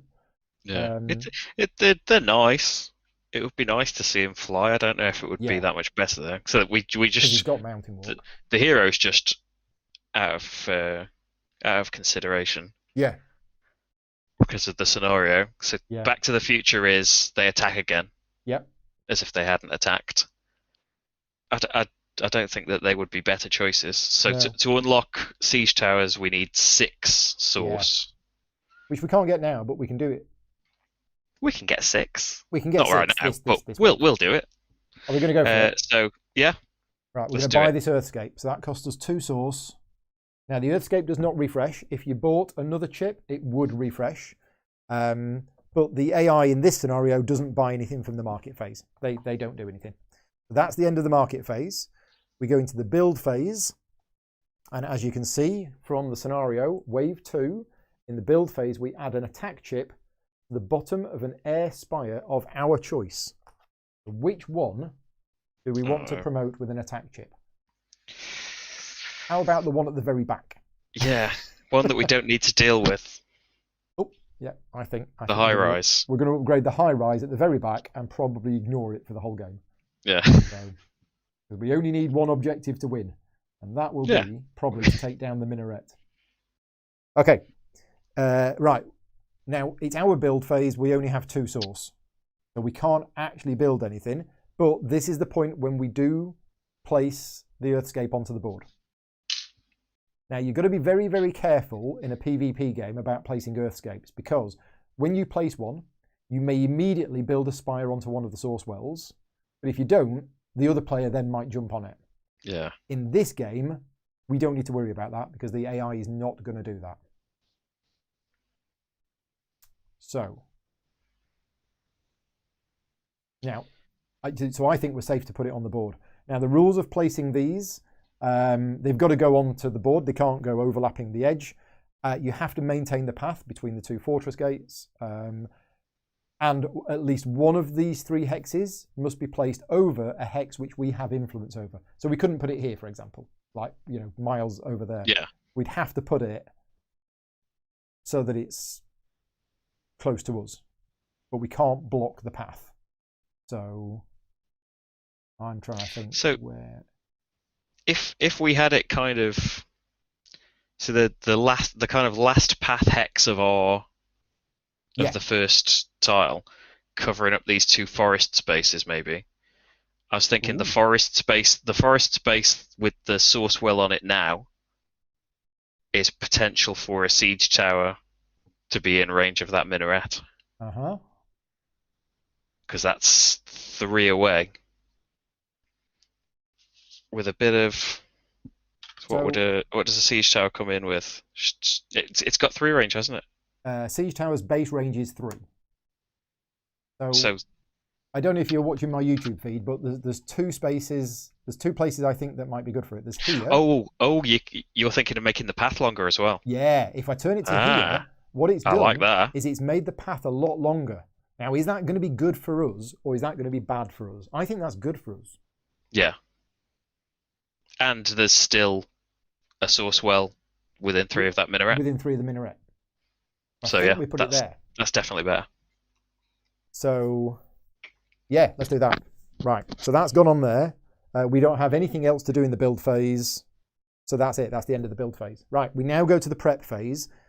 Tom, do you want to start thinking about what we're going to do with our 7 command points? But we get a free upgraded architect. If you want to have a look at what the architect does, free upgraded architect. Get one for free. Okay. Sorry, free promoted one. So he's a builder. Before or after his movement, you may choose one of the following at no cost. Build a dispatch platform, so the tower we've already got, on an adjacent source well, ignoring influence restrictions. Promote an adjacent one to a siege tower. Yeah. I assume we have to have unlocked them. Do we? Or is that only for us to be paying for them? Add an upgrade to an adjacent spire, ignoring upgrade capacity. And if it's on its basic side, return it to its barracks. If promoted, flip it to its basic side. So basically, he can come out, he can build a dispatch platform, then upgrade it to a siege tower, and then he goes away. Well, that's good enough for me. So Harrier. I'm just doing the enemy stacks. Oh yeah, I'm also going to put the Elfin Kazi on before I forget. Oh yeah. So this time, the heirs have promoted Harrier with a promoted Harrier together in a group. Then, in another group, they have a Joust and a promoted Harrier. Okay. And then they've got the promoted Joust on the bottom because of the dice roll. Whew. Oh, so Mark is saying for Earthscapes, you can place them off the map. Oh yeah, off the map, just not half on and half off the map. You could actually extend the board. Right. Right, so Architect, and then we've got 7. 7. So a Forsaken is nice and 7, but it's a bit all our eggs in one basket. It is. He's got a lot of keywords, but... Yeah, the Forsaken is very, very, very cool. If you look at it, it's got 4 attacks, 7 health. And you think, well, that's totally broken. Until you read this unruly. And basically, I think you roll a dice at the start of each turn, and on 5 to 6, they just walk off. Yeah. So, it's more likely then that we're going to do a 4 and a 3 to spend all of our stuff. A 4 and a 3, or 2 2s and a 3, yeah. Oh yeah, that's probably better. Oh, so well, there's the Aegis is a little bit of a mini cram. It is. He's armored, but he's also got assault. So, only the upgraded. Oh, that's the upgraded side I've got out. So that would be good, but he's not that yet. So he's got a couple of attack, a couple of movements, or we would get a load of cannon fodder in Battleborn. Yeah, that's distracting from a dispatch. That's my worry. Is the armored? Is the number of health that these things have? Yeah, that's my concern. Because there's so many enemy spires, they're just dealing so much damage to us. Armored. And when the minaret is attacked, the minaret is just fortified to the eyeballs as well. Yeah. Because I don't think armored protects you against spire damage. No. Right, so... I don't think so.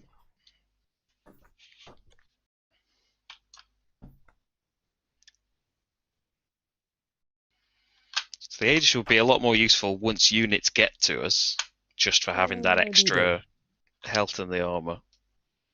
Yeah, there's a question for the chat. Does armoured protect you against spire damage? Armoured works against spires. Yeah, I thought I was just reading it, and it's an attack, so it does. So armoured does work against spires. So I'm thinking the Aegis. Yeah, if that works against spires, absolutely. I'm happy with that. So Aegis and a dispatch? And a dispatch. Right. Now, what are we going to do with regards to grouping of these? We have the Architect, we have an Aegis, and we have a dispatch, and we can group or not group them as we see fit. So the high rise has only got 2 range now. It only has 2 range, yes. But we want... Do we want the Architect... I think whatever we do with the other 2, maybe we want the Architect in a separate group walking behind. Yeah. So that he can get to one of these wells after the high rise isn't there anymore. Yeah, absolutely. So he can just go on the bottom. Architect on the bottom on his own. And then dispatch and Aegis. Well, if we have the same if we have them separate, I suppose if we have them separate, it holds back the Architect a lot. Yeah. And he's going to go very slowly. Mm-hmm. But we would have the situation we had last time where Aegis would be trailing just behind and can maybe tank the damage from spires with his armor while Dispatch is flinging arrows.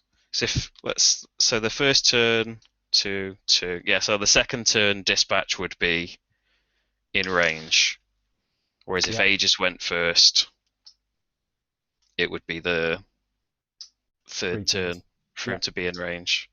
So we probably want separate Dispatch first. Aegis, Architect. Yeah.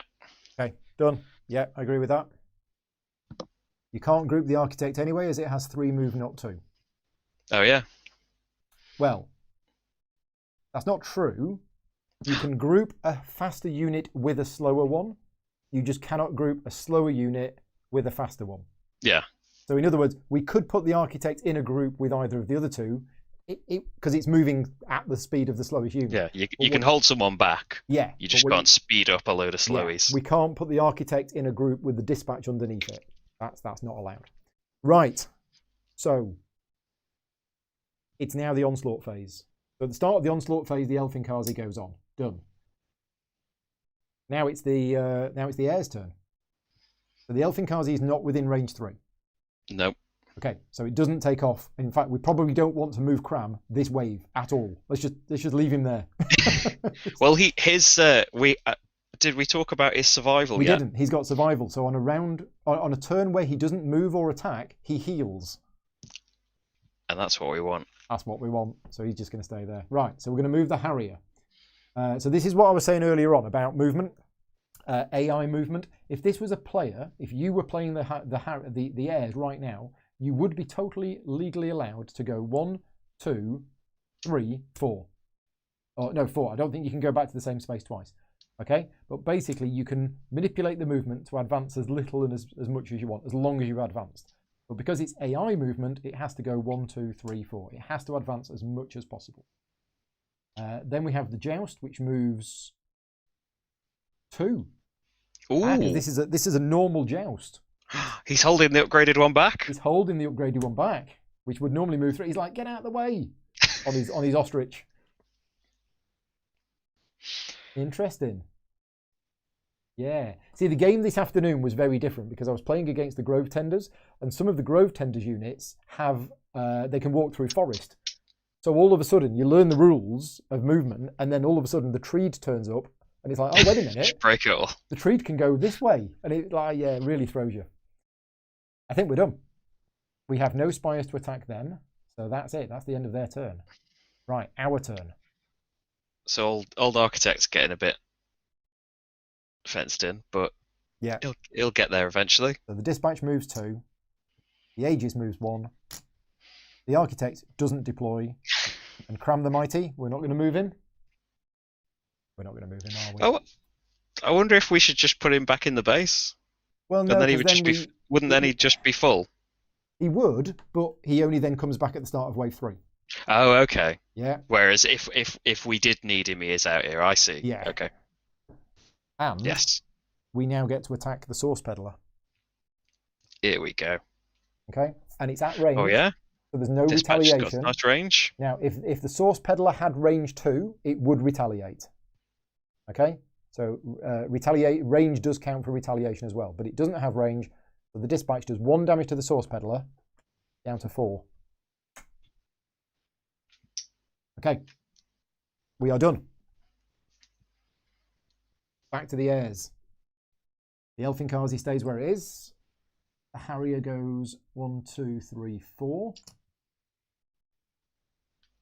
Joust goes 1, 2. The other Joust goes 1, 2, 3, wherever. Right. So I've got the 2 Jousts between the High Rise and the Minaret. Yes. And I've got the Harrier in front of the Regal Lookout. Yep. Ooh, so the Harrier will be in range of the Dispatch. Mind you, the Tower will. Tower's probably more important to take out.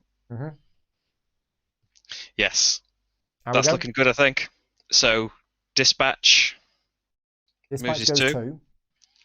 Aegis moves his 2.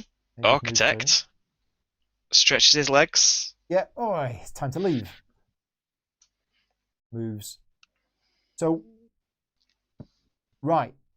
Oh, actually, we haven't got the option of we must the Aegis move in getting attacked, have we?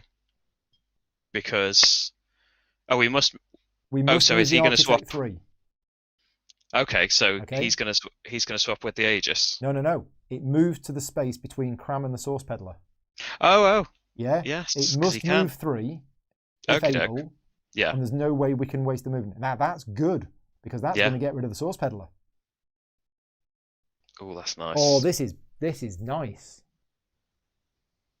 Okay, attacks. We have the dispatch getting attacked by. Yeah, because my thoughts that we can let the guy behind take the damage again.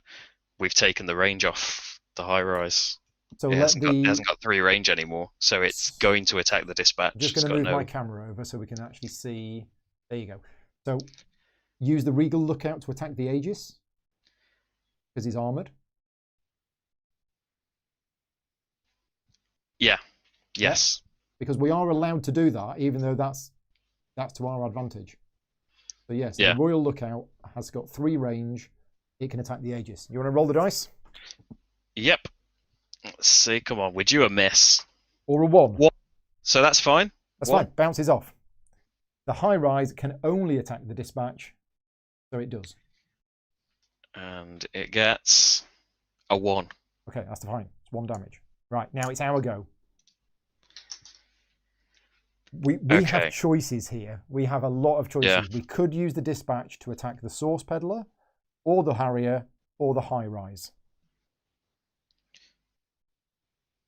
So, I think in the Aegis and the Architect are probably okay to do the Source Peddler, aren't they? Yeah. Because the Aegis will take 1 damage. The Aegis will take 1 damage because he's... No. Oh no, he'll take 2, won't he? He'll take 2. So it's retaliation. I think we use the Architect to attack the Source Peddler first. Because he's got so much health. Retaliation only happens once. Yeah. If you're wondering what we're thinking, retaliation only happens once. So we're attacking the Source Peddler with these 2 units. The first one that attacks will get the retaliation. The second one will not get the retaliation for 2 reasons. 1, retaliation only happens once per turn. And 2, the Source Peddler will die from the second attack.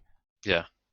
So yeah, I think we should definitely do that then. Okay, so the Architect attacks the Source Peddler, deals it 2 damage. The Architect takes 2 back. Then the Aegis deals the other 2 damage. The Source Peddler dies, and we get 6 Source. We now have 8. Here we go. Oh. 5, 6, and then Cram should he have healed 1? Have I not done that? I've done that. I've got him on 3 health, shouldn't he? Yeah. Cram's not doing anything.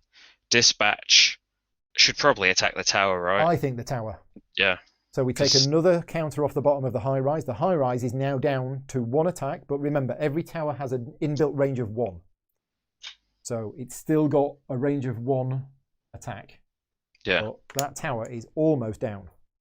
And beautifully, now the heirs move, they will be getting further away from us. Yeah. Because of the path. Yeah. That Earthscape has been great. Okay. I think we're done. I think that's our go done. Yes. Right, so the heirs. The Elfinkazi stays where it is. The Harrier moves 1, 2, 3, 4. So I have it to the side of the high rise, on the other side of the high rise to our line of units. Yeah. Yep. The front joust moves 2, and then the back joust moves 2. Right, I don't think we have any spires attacking them. So and there's no attacks, so it's our go. Now, do we want, because we've got 8 source. Oh, yeah, to do our build. Do we want to do a limited build action and stick another spire in the middle of the board? Yeah, like a dispatch platform. Or do we hang fire, buy the upgrade that allows us to build siege towers, and then build a second siege tower? Yeah, because it's going to be expensive, isn't it? 6 just for the upgrade, and then how much is the siege tower? Is 6 as well. Yeah, I think maybe wait and see how it goes. Yeah, so to build with a the siege money tower, first, we have to have What do we need to do? We need to buy the smelter upgrade. We need to buy this upgrade here. We've not bought any of this. This is a whole part of the game you've not seen yet. If you think, oh, this looks fine, we've seen the game. No, you haven't seen any of this. This is a whole extra thing. Brawn and steel. Yeah, so 6 source. We can buy this upgrade. Yeah, okay. Well, let's have a look at what we're facing. A joust, a harrier, and another joust. I think we're okay with them. My worry is that we build the siege tower from the architect and then we lose it. Oh, yeah. But I'm not sure we will. We could. Let's see. We'll get the 4 source we need from destroying the high rise, and that affords us the upgrade and the siege tower next time. Yeah. From minions that are out here, we've got 2, 4, 6, 7 more. Yeah. So Diane's reminding us. Yeah, I know you can't do this in the onslaught phase. I'm just planning ahead. Yeah. Planning ahead for what we're going to do in the next build phase. But yeah, these upgrades. Planning out, should we risk? Yes. We could maybe afford 4 to do a dispatch platform as maybe a decoy for the architects, so that maybe they attack a dispatch platform rather than the architect's siege tower. I think save it just to be on the safe side. Yeah. Okay. So we're not gonna do a limited build. So now we do movement. So with the dispatch we have no choice. It moves 2. The Aegis we have no choice. It moves 2. The architect we have no real choice. It ends up behind the Aegis. And now Cram. Are we just going to leave Cram where he is? And just ignore the Elfin Kazi? It would be a bit of a shame after all this for him to take that damage. I think maybe if we are going to bring him out, do it after the architect's gone. Yeah. Because we could bring him over to this landmark later on, but at the moment if we do it, the Elfin Kazi will blow up the architect. Yeah. So we're going to leave Cram where he is, and he's not going to attack. So I'm putting him on 4 health. Yeah. Right. So spires. So should we do the architect thing? Architect, yes. Yeah. So after his movements. So after it's got to be on one of those spaces, hasn't it? We can build a dispatch platform. Sorry, no. Yeah, a dispatch platform. Yep. Which comes with its normal upgrades of an attack. Yeah, so where do we want to put it? On the forest or on the camp? Should it on the forest so it's a bit further away from them? Yeah, I'm just looking at the joust. Yeah, we want to do that. It's going on the forest. Yeah. So nice. Right next to the heirs spire. Nice. Okay. And that downgrades. And he flips to normal. Okay, because he might die now. Oh yeah. Yeah, just noticed that. Okay, so their spires now attack us. So we have the high rise. The high rise's target is only the dispatch. Do you want to roll for that? Yep. It is going to do 1. Oh, so the dispatch is still alive with 1 health. And then the Regal Lookout attacks the architect. Don't roll a 2. It's a 2. It doesn't actually matter. The architect would never be able to upgrade it. No, he would have done. If we could have got him all the way round. So that's unfortunate. We've lost the architect. Yeah. Well. Well, he's got us a tower. He's got us a siege tower. He's got us a dispatch platform. He's done something. That's fine. Okay. We have the dispatch now. We can attack. Do we want to kill the tower or do 1 damage to a Harrier? I think kill the tower. Yeah, it's got to be the tower. All right, the tower is gone. Boom. We get 4 source. We now have 10. Okay, nice. Love it when a tower goes down. We've got more than that, haven't we? We've got 12 now. Sorry, 12. I can't count. We're... Yeah. Yeah, we have 12. Right. Any other attacks? There is no other attacks. No one's in range now, are they? Reminder, clarification from Mark. Thank you, Mark. It is before or after movement. So if he'd have survived, Yeah, he could have done it straight away. We could have have done it before movement. Thank you, Mark. Yeah. Can our spire go off, or did it get built after spire action? When did we build it? I'm trying to find the. So we built it on our turn. It will go off on their turn. Oh yeah. Yeah, because it still does, isn't it? Yeah. Okay, so I think it's them.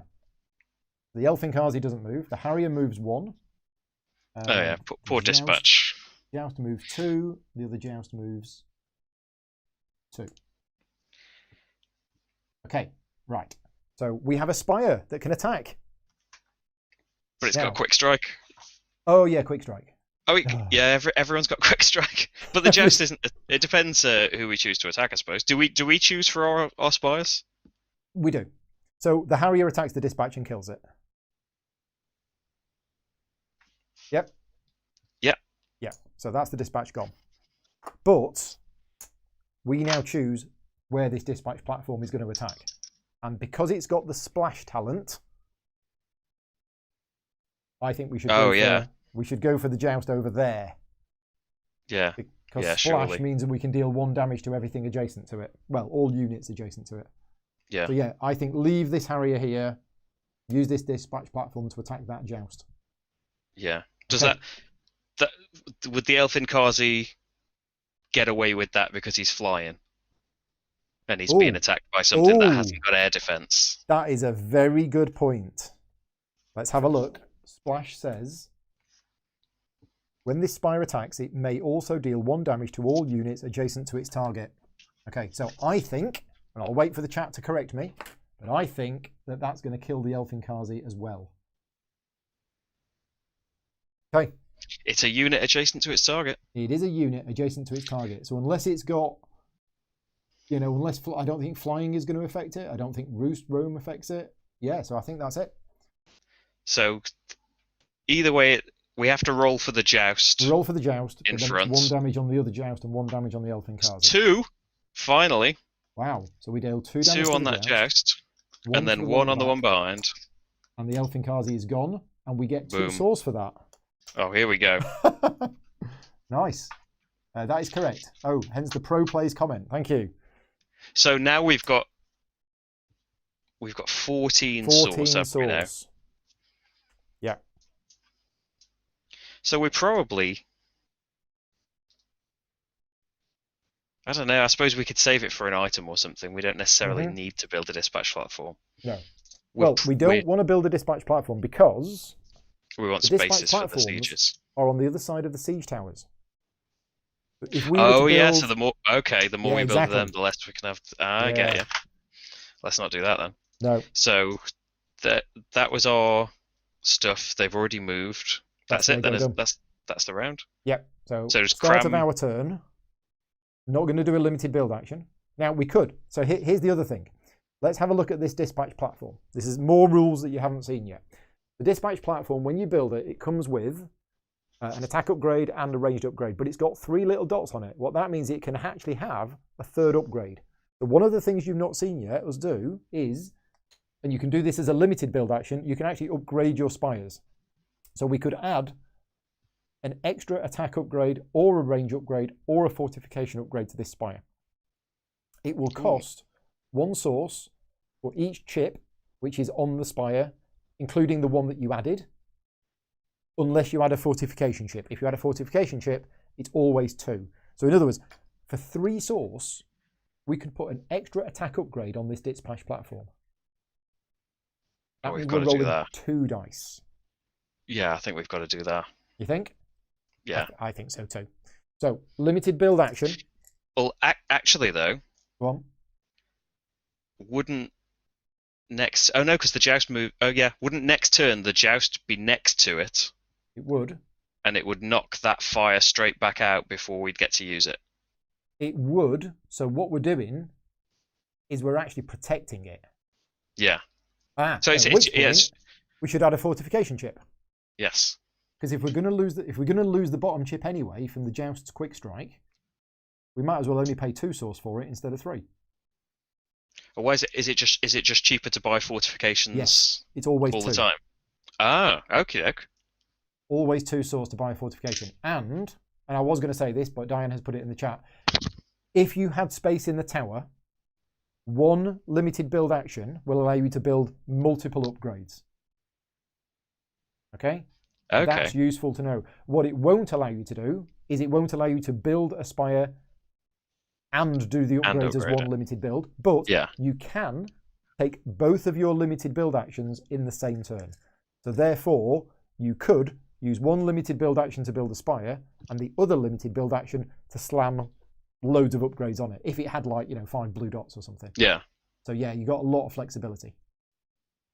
But I think we need to put a fortification upgrade on it because we're going to lose 1 from the joust. Yeah. Okay, so we do that. We spend 2 source and we put a fortification chip on it. It's a shame that joust doesn't have 1 attack because then it would actually bounce off.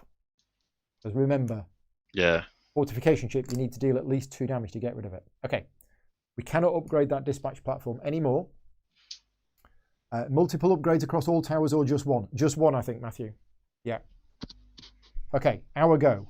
The Aegis moves towards the Harrier. We have no choice. Now, what's Cram going to do? He's on 4 health. Which wave is this? This is wave 2. It's wave 2 still.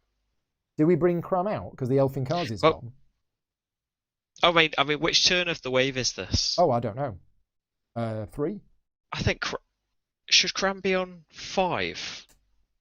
Have we had... I think we've had 3. Well, the dispatch... And he heals at the end of our turn. The dispatch first moved there. Then the dispatch moved there. Then the dispatch moved there. I think he was on 1 health, wasn't he? So he's now on 4. Yeah, I think it's right. He was on 2 because he healed back 1 he did. when he leveled up and he got an extra health. So I think he should be on 5. Put him on 5. There you go. There we go. So yes, now he's nearly full. I think we move him in. Oh, the Elfin Kazi's gone, so yeah, we've got nothing to be scared of. Yeah. Let's get him in there. Plus, this is a swamp landmark tile, and the swamp ones are slightly less dangerous than the other ones. Yeah. So yeah, okay, we're done. Oh yeah, he will get attacked by the Regal Lookout. Oh, he's armored though. I think we can take that. Yeah, we're fine. Okay. Right, you want to roll for the Regal Lookout attacking Cram? Yes. Let's have a look. Where's the dice? There's one. It is... Oh, that's gone in the corner. As much as I like this leathery dice tray, dice do get stuck in the corners. It's a 1. It's a 1, so that bounces off the armour. Right. Exploration. We're going to have a look at it. Oh, we've got to. And it is a Bounty Hunter. Bounty Hunter. Okay. Now, this has the talent Fair Fight, and you will notice it doesn't have an attack value. That's because it attacks you back. It retaliates for exactly what you attack it with. Okay. So if you attack it with 6, it hits you back for 6. Well, no, if you hit it with 6, it'd die. Yeah. Do we want to reveal it? Ooh, will they?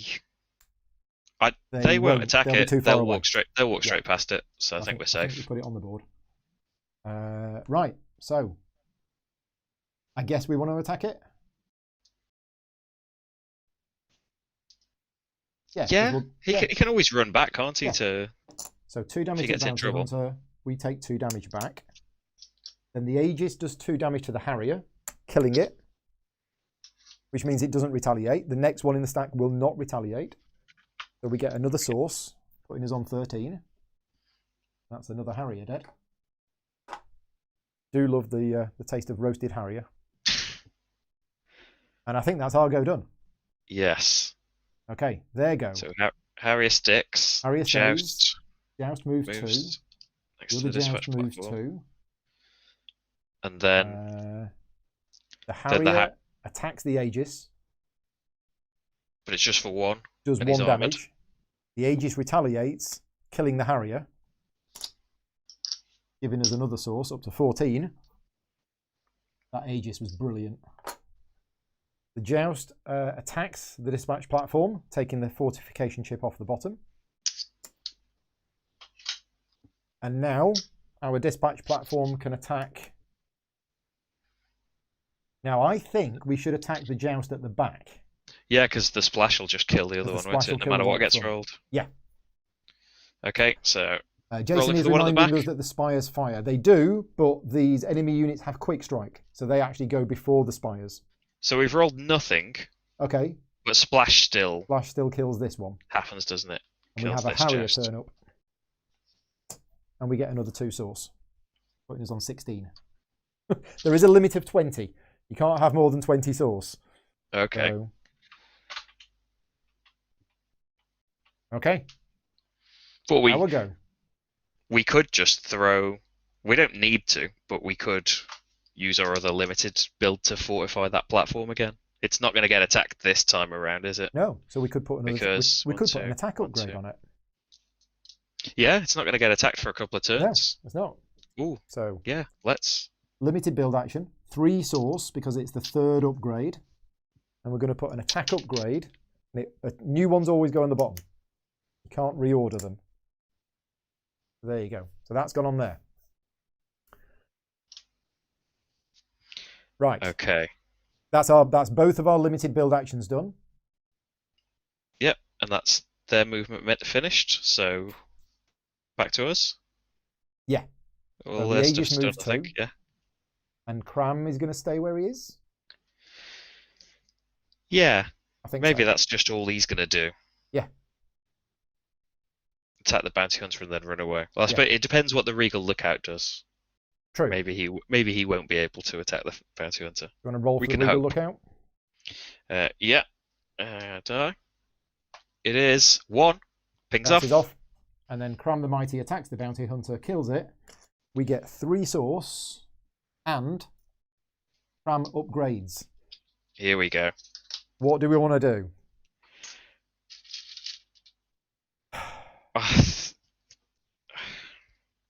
So I suppose for towers he doesn't really care, does he? About 2 attack is enough for towers. Damage. I'm thinking health. Yeah. Because Darb's going to come out at the start of wave 3, and he's going to cause us all sorts of problems. Yeah. Yeah. Stick a fortification chip on him. Absolutely. Okay. So does that go at the bottom of his health? Goes at the bottom. Fortification chips don't work in the same way as towers. They basically, all they are is an extra hit point. Okay. Right, the Aegis can't attack, so it's now there go. Yep, so Joust marches up to the Aegis. Other Joust right. Oh dear. There's a Harrier. Is there? Yep. So the Joust that attacked our... Oh yes, platform, I've taken the Harrier off, not the Joust. Yeah. There we go. So the Harrier has to move right into the corner. Because it has to move its full movement that's good if possible. Then. Okay then, that's good. I was worried for a second the Joust would go and attack. Actually ends there. Yeah, that's actually perfect for us because they're not next to the dispatch platform. Craig is saying that we should put the fortification chip under Cram's chip because it needs to be the last chip off him. Don't think that's right. The new rules say that if a hero has a fortification chip, it's the first one. The first one that comes off. Paul's right. Yes. We forgot to attack the Aegis. Aegis is in minaret range. Yeah. Do you want to roll for that? It's 2 attack dice. Here we go. Oh, 2. Oh dear. 2 attack dice. Yeah. The Aegis might not be there. Oh well, he's rolled a 2 and a nothing, so just 1 damage. Oh yeah. To the Aegis. Still alive. Okay. Thank you, Paul. We missed that. This minaret has got 3 range. So yes, it was within range. Okay. So Harrier just bounces off. Oh yeah. He said that as well. Yeah. Harrier just bounces off, and then the Joust does 1 damage to him. Would that be right? Oh, no, actually, doesn't the Joust swap places with the Aegis first? I think the Harrier is promoted. Oh, is it? Oh, yeah. So it's 2 attack. Okie doke. So it does 1 damage, and then does the Joust swap places it's first, dead. and then... Aegis is dead. Okie doke. Yeah, I had the Aegis on 1 health, so... Yeah. Harrier kills it. But then dispatch platform. That was the quick strike. Now the dispatch platform kicks in. What do we want to do? 2 dice on the Joust? Yeah, because it's a waste, isn't it, to potentially roll a load of damage. Has the Joust got 3 health? Mm-hmm. Am I right with that? Yeah, Joust has got 3 health. The Harrier has 2. Come on, tower. 1. 1 and nothing. So that's one on that, and but one one on to the Harrier. Splash. So next time. Yeah. 2, 3, 4. 1, 2, 3. They are actually both going to be next to the dispatch platform next time, unfortunately. Okay. So our go. We've no more limited build actions, so I think move Cram away from the Regal Lookout,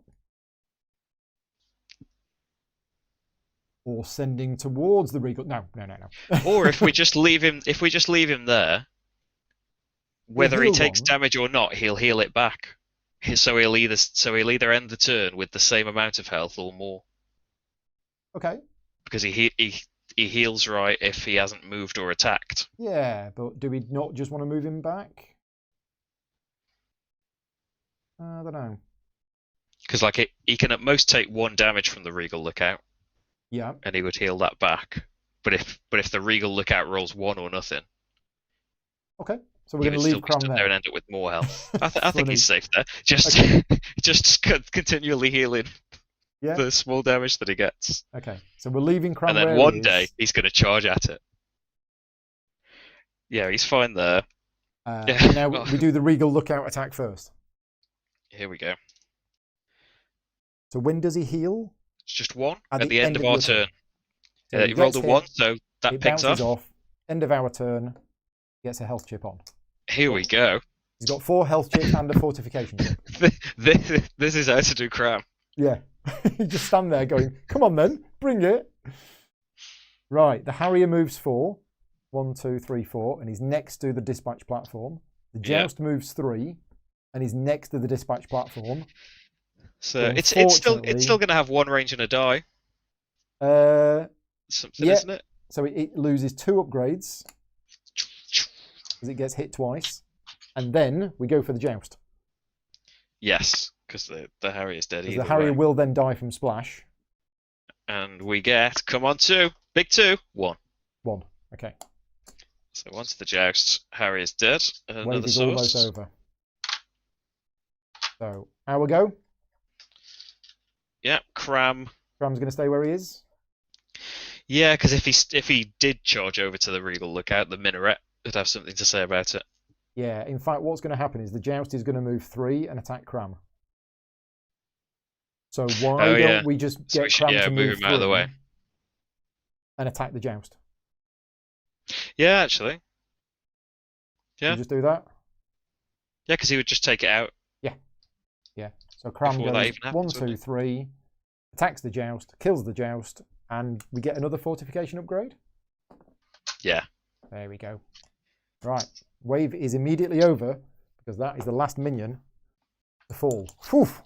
Right. I'm just checking the chat. Does the Harrier have to go first? Yes, the Harrier had to go first because it was the lead. Oh, okay, so we could have chosen. You're right. The Harrier and the Joust were equidistant. We could have chosen which one we wanted to go first. Okay. Yeah. I get you, because if we'd have had the Joust in front, he would have held the Harrier back and only 1 could have attacked the dispatch platform. Never mind. We live and learn. Thank you very much for that.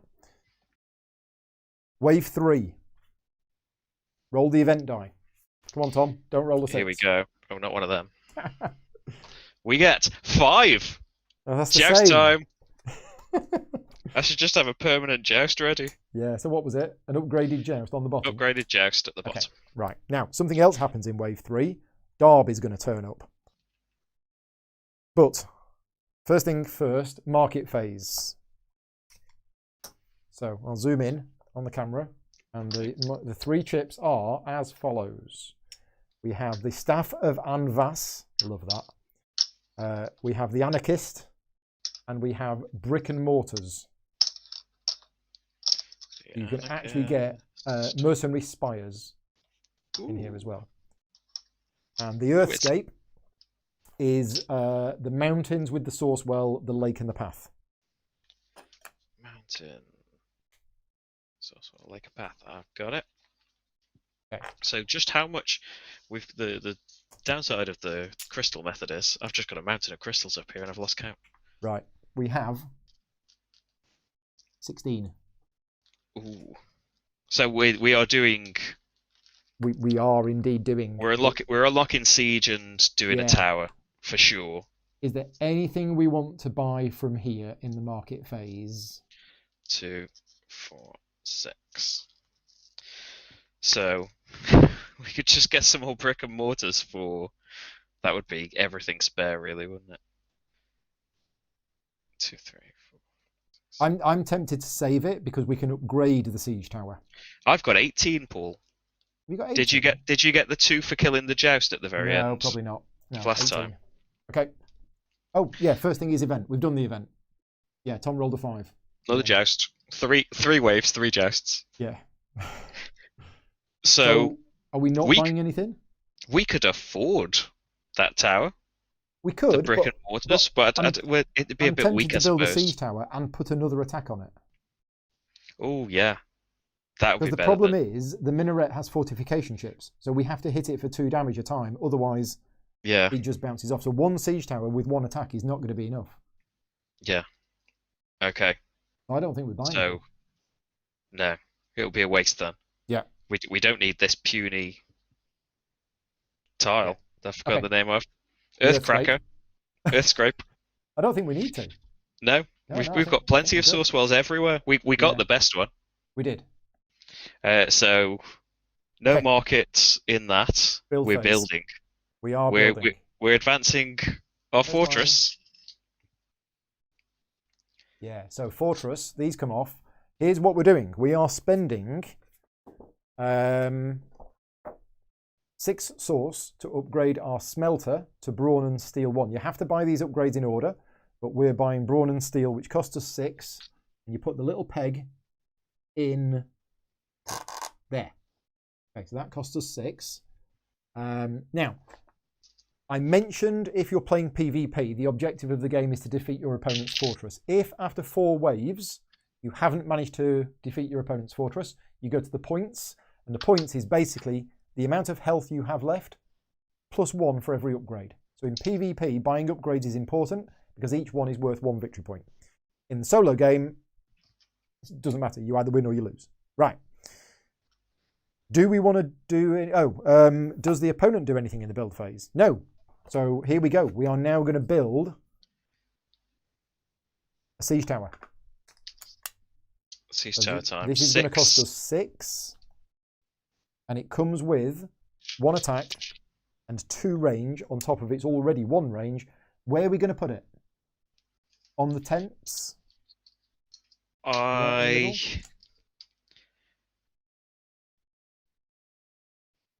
Or are we going to play it safe and put it in the forest? I think if it's I think maybe the forest. Okay. Because so many of it, maybe all of its attacks this wave are just going to be on the minaret. Yeah.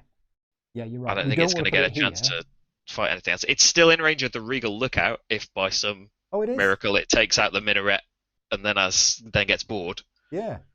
But I don't think it's going to be doing any minioning. Okay. I think that's a good place. What is raised? Is that can attack towers? Yeah, raised means it can attack towers. Yeah. It's at the start of your turn. This spire may attack a spire or fortress gate within its range. Ooh. So it can actually attack the fortress gate. But if it does, it loses the bottom upgrade. So. And we've still got 7? I've got 6. Right? 6. Yeah, 7 can't be right. No. We had an even number and we've So we could, if we wanted to, now buy the 2nd attack upgrade for this, which will cost 4. Yeah. Yeah. I think we should.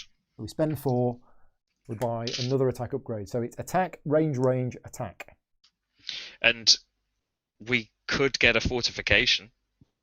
I suppose it's not going to get attacked for ages. We can't. It can only have 4 upgrades. Oh, true. Never mind. Disregard.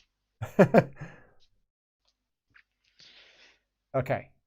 Yeah, we could put a range back on. Yeah, we could put a range back on the dispatch platform. That'll cost 2.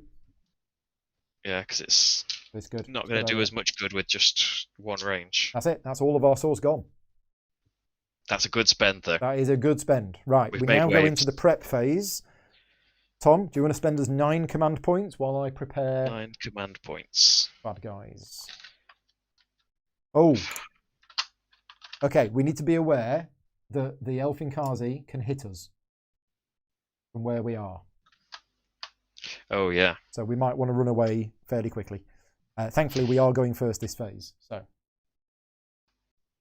first of all, we have a Harrier on its own, upgraded to Housed Harrier.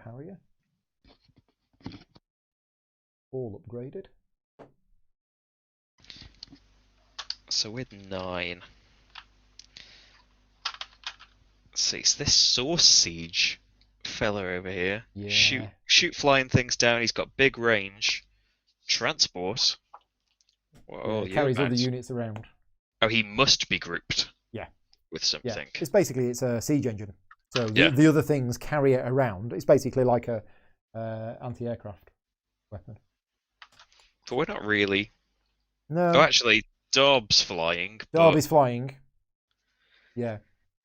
And this is the other problem, is we currently do not have any air defense. We cannot hit Darb. So... without dispatches or the Lance launcher. We can now build the Lance launcher. We can. But we can build the Lance launcher. That needs some source. That costs 6 as well. So maybe that's going to be wasting there. We could get a couple of dispatches for their air defense, but then there's no way to spend 9 if you buy 2 dispatches. We could get 1 dispatch. We could do like dispatch Aegis Battleborn. That's 9, or maybe Architect and turn that dispatch platform into a siege tower and then upgrade it. There's messages in the chat. I have been looking at the chat, but I don't know if there's anything. If there is something important in the chat that we're doing wrong, then please let me know. I'm looking and I'm not seeing anything. But yeah, because there's a message to say, are we even reading the chat? It's hard to read a chat and run a stream and remember the rules and everything else. And I am looking at the chat. We will read you, I promise. We have read you now, in fact. Yeah, and I'm not seeing anything there to tell us that we're doing anything wrong. So if there is, please let us know. Right, anyway, 9 command points. So yeah, how much are we worried about Darb? I suppose he's got his beefy attack upgrade. He's not very. It's just that he's flying, isn't it? He's got a lot of health. Yeah. Now flying means we can't attack him. But what about retaliation? Ooh. Do we hit him with retaliation?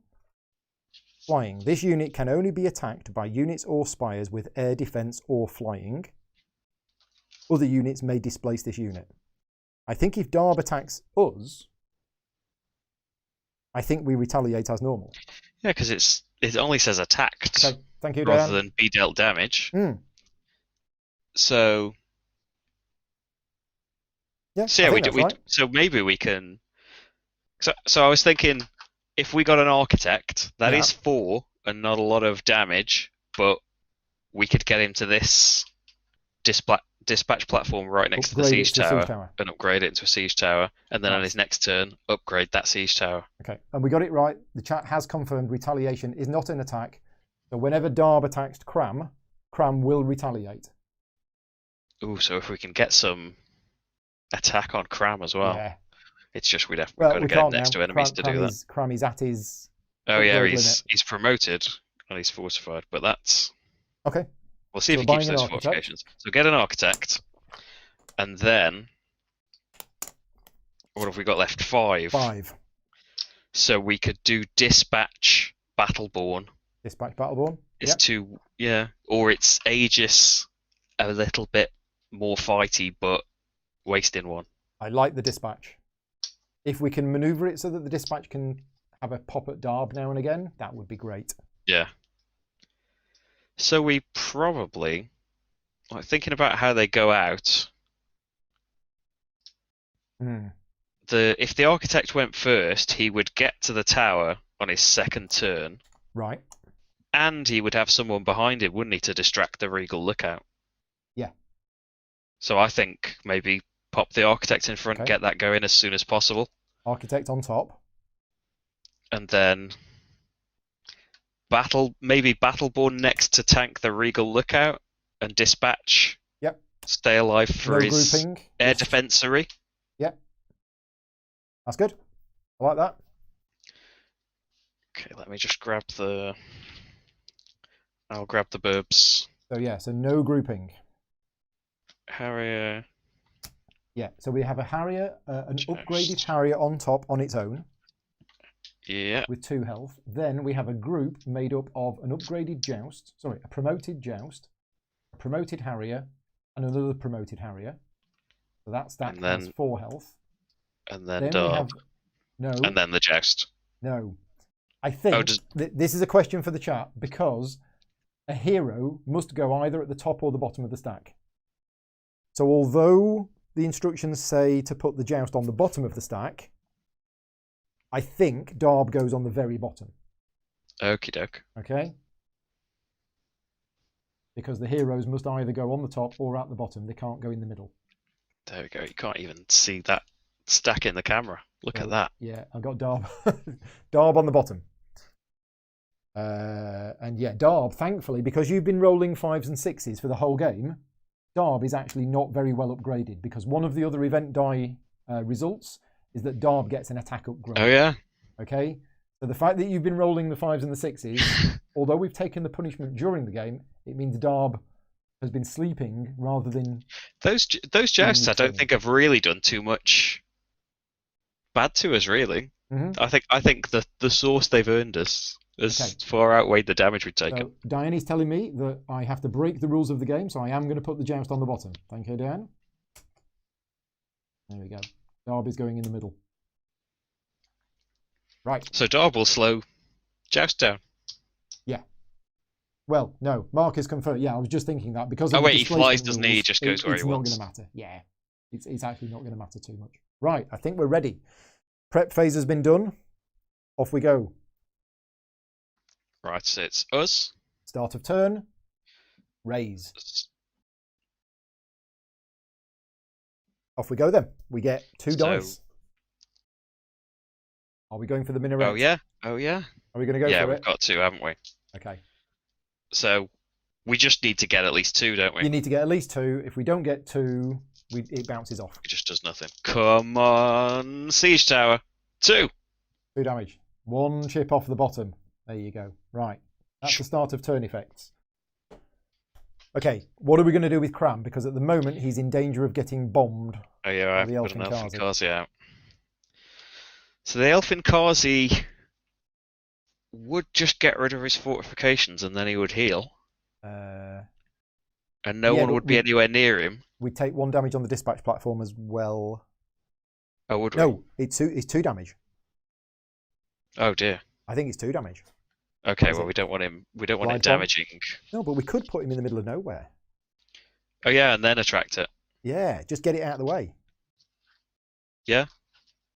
Because then if we can work it out so that he can get an upgrade again, we could then give him an attack. So we could put Cram 3 spaces ahead of the fortress gate. Oh no. No, we'd have to put him... To put him on that source well. We'd have to put him... No, on the road, on the path. Because if we put him on the source well, he'll get hit by the spire. Oh yeah, okay. The path behind the source well. No, the architect will then take 2 damage. In fact, even if we put him on the spire, the architect will still take 2 damage. Because we could put him on the... We could put him right at the top, like in that forest. The tower would be in range of him still, but his chances are... Yeah, he's probably not going to take much damage, is he? He's not going to take a damage from it. And then the Elfin Kazi is lured away. So we'll charge Cram in, so he's on the forest with the source well, 2 spaces away from the Elfin Kazi. Yes. Okay. Reminder, unpromoted techs only have 2 movement. Techs. What do you mean by techs? Promoted techs. Text, as in TECHS. Architects? Is that what he means? Oh, yeah, the upgraded That's one right. moved faster. Yeah, so now the architect gets to hold everyone back. But yeah, we have worked it out at 2. Right. Next turn he'll get to the tower he needs to be at and upgrade it and do all of his good stuff. That moves there. Yeah, they're coming out in a line like that. Oh, the downside of, I suppose we can still buy an upgrade for it. Yeah. The downside of him upgrading this dispatch platform is that it's. Will we get the extra range from turning it into a siege tower? I don't think so. Because his upgrade is going to have to be range first, isn't it? And then upgrade his attack. Yeah, promote an adjacent dispatch platform to a siege tower, keeping existing upgrades. Yeah. Yeah. So it needs the range, but then until we can afford a second die, there's a chance he'll damage it with 1. Yeah. Yeah. So. Okay. Dispatch is being held back. Yeah. That's it for our turn. Dispatch hasn't deployed yet. It's still in the fortress gate. So the Elfinkazi would just go. No. We've got the attack on the Spire attack on Cram. Oh yes. So the Regal Lookout attacks. Here we go. With 1 dice. Nothing. Hey. Missed. Right, now it is the heir's turn, and the Elfinkazi comes out, can't get to a position where it would damage anything else. So it just blows up and takes the 2 fortification chips off Cram. Okay, Cram is down to 4 health with no upgrades. Right, now we have the Harrier. So the Harrier moves 1, 2, 3, 4. The Joust moves 1, 2, 3. Darby's flying and moves 2. So he goes on the path behind the Joust. And then the other Joust comes out and moves 1, displaces Darb, because Darb's flying and is a hero. So Darb actually moves back. Oh, okay. And then the Joust goes 2 and then 3. Yep. So the Joust is actually... It's moved its full 3 spaces. Yeah, they're all... The minaret's surrounded. Yes, the minaret is surrounded by birds. By Harriers and Jousts. Doesn't the Elfinkazi also damage its own tower?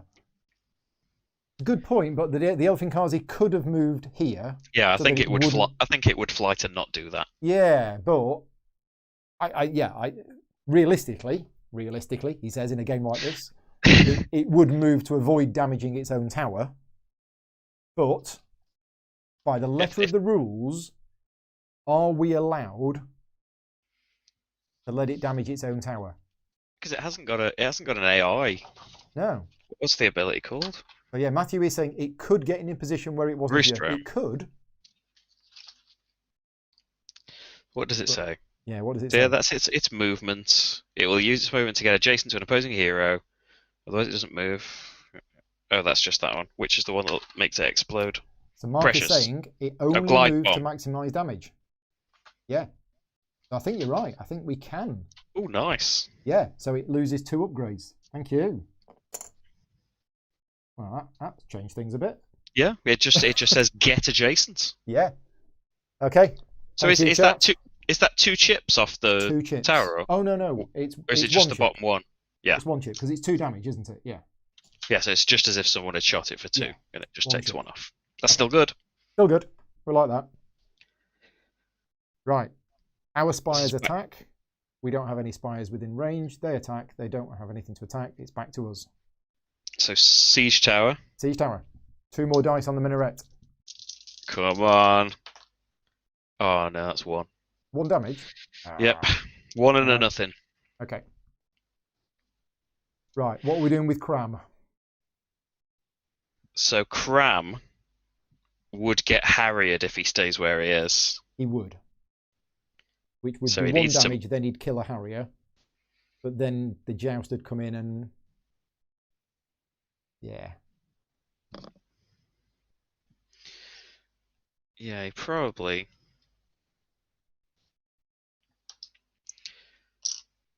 So where would the Harrier would be... The Harrier would move its 4. The Harrier would and move still its be adjacent 4, to him, and the Joust would attack as well. And the Joust would attack as well. Yeah. We'd retaliate against the Harrier and kill it. And then we'd get an upgrade. Probably, yeah. It's not as exciting just because he would take the damage from both of them. I'm a little nervous just because we've got Darb coming in. Yeah, I think we should probably back him off. 2 spaces onto the path? Yeah. Or just 1 onto the source well? Yeah. Because the range is... The Regal Lookout lost its range. Yeah. Yeah. And then next turn, if he can stay there, he'll start to heal. Right, so Architect moves 2, Battleborn moves 2, Dispatch moves 2. So, are we turning this into a siege tower? I think so. This is ability, so it just stays as it is, and then next turn, yeah, we haven't got any source, have we, to do a limited build to upgrade it? Yeah, so we turn it into a siege tower, and then next turn he can upgrade the Architect it. Goes back to the supply. We've lost him. Back to the barracks. Yeah, he's not upgraded, is he? He just gets one thing. But that's fine. We can do it with a limited build, can't we? If we get enough source. Yeah, that's good. Right. There you go. No glide bombs. Harrier moves 4. 1, 2, 3, 4. Joust moves 3. 1, 2, 3. The other Joust moves 3. 2, 3. Where does Darb go? Does he goes we towards could have Cram? chosen to move Darb before or afterwards. I think we move him afterwards. And yeah, his target, his Cram. mark is Cram. So he'd just move along the path, wouldn't he? He moves along the path. Yeah. Right. So their quick strike goes first, but they don't have anything to attack.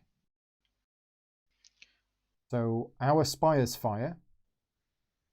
Oh, nice. We have the siege tower in range of the Harrier, and we have the other siege tower. Does that so the siege tower gets to raise a tower at the start and then be a normal tower? That's really good. Yeah. Okay.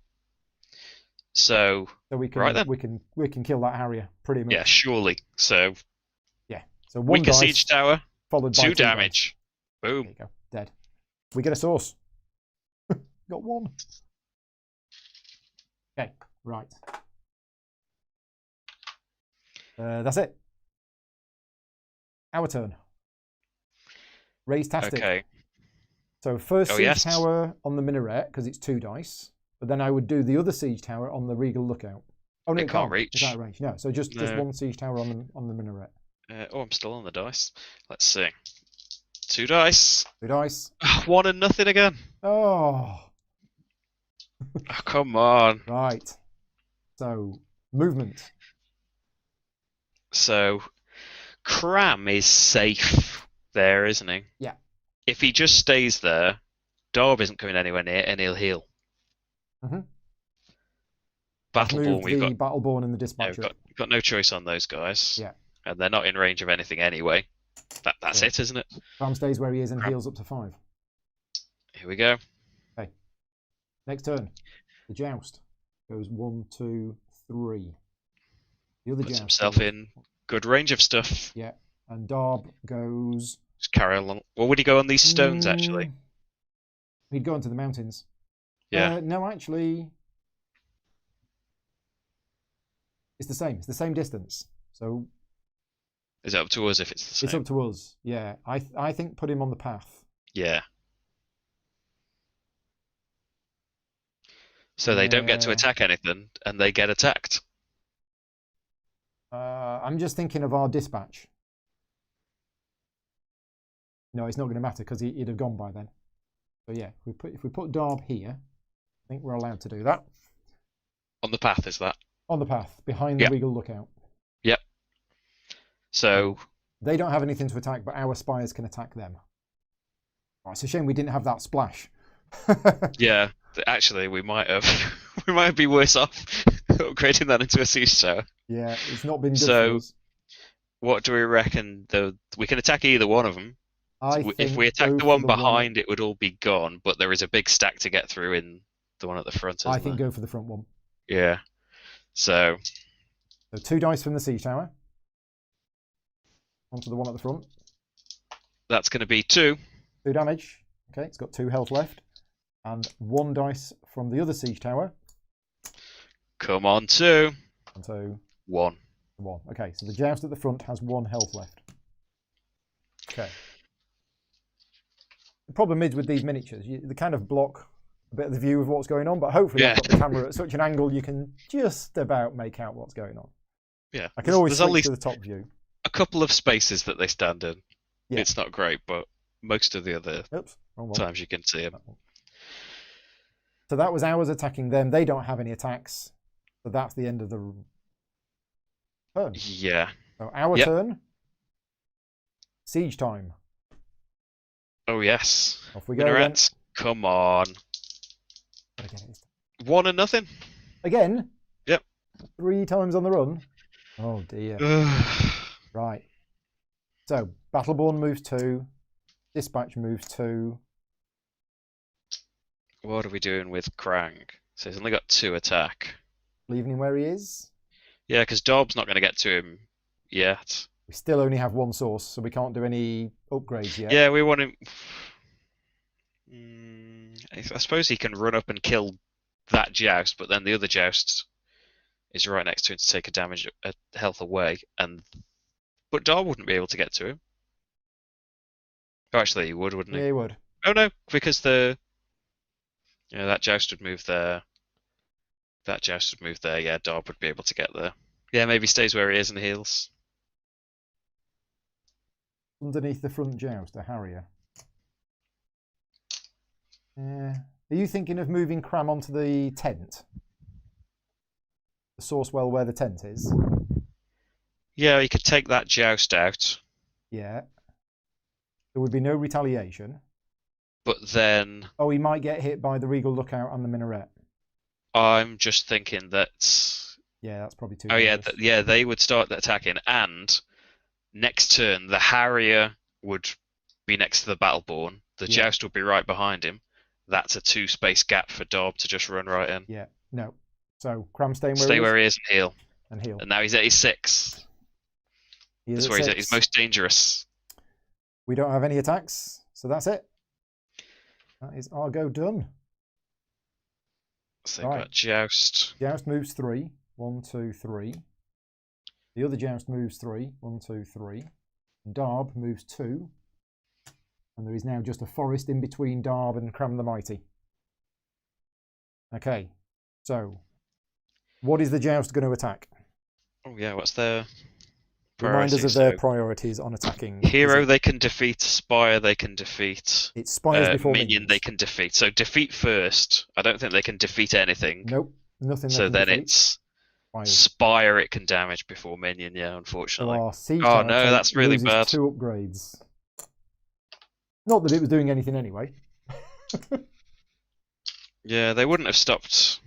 Yeah, it's not fortified. The What's-its would have just done that anyway, even if we made them Harriers. Both of our siege towers are now down to 1 attack and 1 range. Andre, the game does come with solo setups. It comes with a ton. That's what we're doing 12. now. We're doing like the first main one, the first non-tutorial one. Yeah. But I'm trying to. I can't seem to rotate this book properly. There we go. It's a fairly thick scenario book, and then I imagine each of the factions. I've only opened Grige. There's 3 scenarios for you get a new faction. Yeah. And they come with new scenarios, and there is a co-op book as well. Yeah. That you can play through scenarios with, and then you can play the game PvP. If you like. There's a lot of content. Right. There is a ton. So it's our Spires attacking them. I'm so sad about that siege tower. Yeah. What are we going to do? So, attack the one at the front for some revenge. source. Yeah. So that's going to be 1. That's enough. So this Joust dies. We get 2 source, and it is revealed a Harrier, an upgraded Harrier. And then we can have 1 attack on the Joust at the back. And that's going to be nothing. Okay. Right. Come on, towers. So, our go. Our raise, unfortunately, doesn't do anything now. Unless... No. No, we need to save our source until we can do 2 upgrades on it at the same time, which will cost us 7. Yeah, I suppose we don't want to waste a build action just to put a range on it, because is it 1 in 6 that you'll roll a 2? Yeah. It's also 1 in 6 that you'll miss, but we've rolled that every time. Exactly. So I don't think we... I mean, Yes. what we're going to do about Darb, Darby's going to move in. He's going to hit us for 2. But we're armoured, so we only take 1. I think we've got to just let Darb kill himself on us. Yeah. Yeah. Yeah, because Cram's got 6 health. All in Paul says he feels Darb's going to be a problem. I don't think he is. Now, the last time I played this scenario, Darb was on like 4 attack by this point. At which what point... does dodge do? Oh, yeah. Is that if we attack him? Oh, is Darb upgraded? Ah. If damage from a retaliating unit would defeat this unit, reduce the damage to 0, and do not retaliate, remove all upgrades and make it basic, keeping its current health. Okay, so it's got like a last stand thing, and then it would die. Okay. I mean, I'm assuming the standard side hasn't got dodge. No, it hasn't. No. But yeah, he's upgraded. So yeah, I think Darb's just gonna kill himself. I think he is. Which sounds about right against Cram the Mighty. But do we want to move Cram back a little bit, just so that we can rush back into the fortress gate if something goes wrong? Like, just move it 1 onto the path. Oh yeah, because he can move 3, can't he? He can move 3. Because he can't heal anymore, so we might as well. So if we put Cram here, then he's just 3 spaces away from the fortress gate. He can run straight back in. I think that'll work. Right. Yes. So we're all done. We've moved. There are no enemy spires that can attack us. So the Battleborns hit the Harrier. Yep. For okay, we do 1 solitary damage, but the dispatch also. Yeah. We might as well target the Harrier and. Oh yeah, so we target the Harrier with the dispatch first, and then when we attack it with the Battleborn, we don't get any retaliation. Oh, nice, yeah. Yeah. That's better. So we get another source. We are on 4. Another Harrier down. Okay, that's both of our units attacked, and that is our go finished. So, bad guys. Now, the Harrier doesn't move. Oh yeah, does the joust? I think the joust moves here. If we want it to make a lateral movement, we can. If it can't progress... Because then he can't attack the siege tower? Then he can't attack the siege tower. Nice. Bit cheaty, but it's good. It works. Diony's saying, still retaliate. I don't think it does. I don't think it retaliates. If Darb can't damage Cram, I think his attack priority changes to the gate. He can damage Cram. He can damage him because he's doing 2 attack. But he's just doing he's just doing 1 damage at a time and taking 2 back. Yeah. And he's got less health than Cram. Mm-hmm. So Diane is saying that the trick with using up the retaliation with ranged really doesn't work. If it doesn't, I've been getting the entire rules for retaliation wrong. So yeah, if Mark can confirm that, if Mark is still here, I don't know why it doesn't work, because let us know why it doesn't work, because that's the way that we've played it. Can we get the other angle back? We can. We can absolutely get that back. I think maybe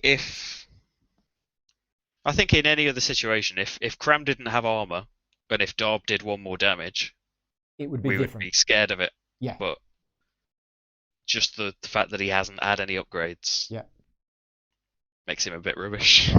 Well, I will let Diane and Mark discuss the retaliation thing that just happened, because we had a Harrier. I'll just go to the other view for a minute. We had a Harrier here. Does retaliation happen if you kill the thing? No. Oh yes, we're not saying. No, we're not saying retaliation is used up by hitting it from range. The Battleborn killed it. Yeah, the second damage from the Battleborn killed it. So we weren't using up the retaliation. It didn't retaliate because it was dead.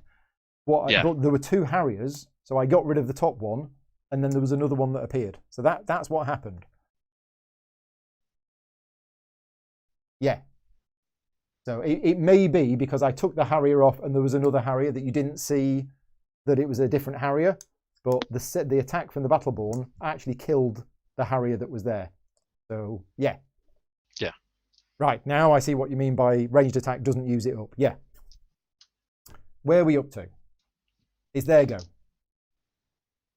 Yes, Joust just moved, and then Darb is going to move to Darb's going to move to Cram. Darb is going to move to Cram. So the Harrier attacks. And attacks does 2 damage to the Battleborn. Does he attack the tower, though? Oh, sorry, yes, he does. Poor Siege Tower. It's all right, yeah. So that's the range. It's one day from retirement. Oh dear. Joust can't do nothing. And then Darb. Darb hits us for 2, one of which gets through, and then we hit him back for 2. There you go. We swat him as he comes down and flies towards us. And Darby's just going to stand there round after round, doing that to himself. Yeah. He's dumb bird. Doesn't understand maths. Okay, our go. Our siege towers are not. Our towers, yeah. Siege tower can attack the Harrier, can't it? Oh, sorry, it can. Yeah, this siege tower. Yeah, both can. Both can. Yep. So let's let the puniest one. Yep. Have a go. 1 damage. 1 damage. Done. And the other one. The other one. Nothing. There was no point building these siege towers. Well, it's fine because the Battleborn's going to get rid of it. Yeah. So that's actually quite good for us. So on our go, our raise ability doesn't work. The Battleborn doesn't move. The Dispatch doesn't move. The Mighty doesn't move. No. And if he doesn't move or attack, he heals, doesn't he? He heals. So even better. Even better. Right, okay. So either the Battleborn or the Dispatch attack the Harrier. It doesn't matter. We kill it. And it doesn't retaliate because it's dead. We get another source. We're on 5. 5 is 2 upgrades. We're getting there. So, just thinking the one that's got 2 upgrades already. It would cost. So it already cost 3, then 4. That's what we need, isn't it? That's what we need to start attacking the minaret again. We'll get when the joust goes. Yeah. Right. I would say, in response to chat, there's loads of like me and Paul are playing through this one scenario, but there are 3 objectives to be done here. Yeah. We're probably not going to do them. It counts as a win if you do one. Yeah. And you get your renown and you can carry on to other scenarios and stuff. But you can keep coming back here and trying to do the other ones. Try and be a monster and do all 3 of them. But the other thing as well is that roll that we made at the start off camera, but there was a roll that we made at the start that slightly altered the setup of this game by swapping these 2 towers over. The game is very different from that what seemingly minor change. It's very different.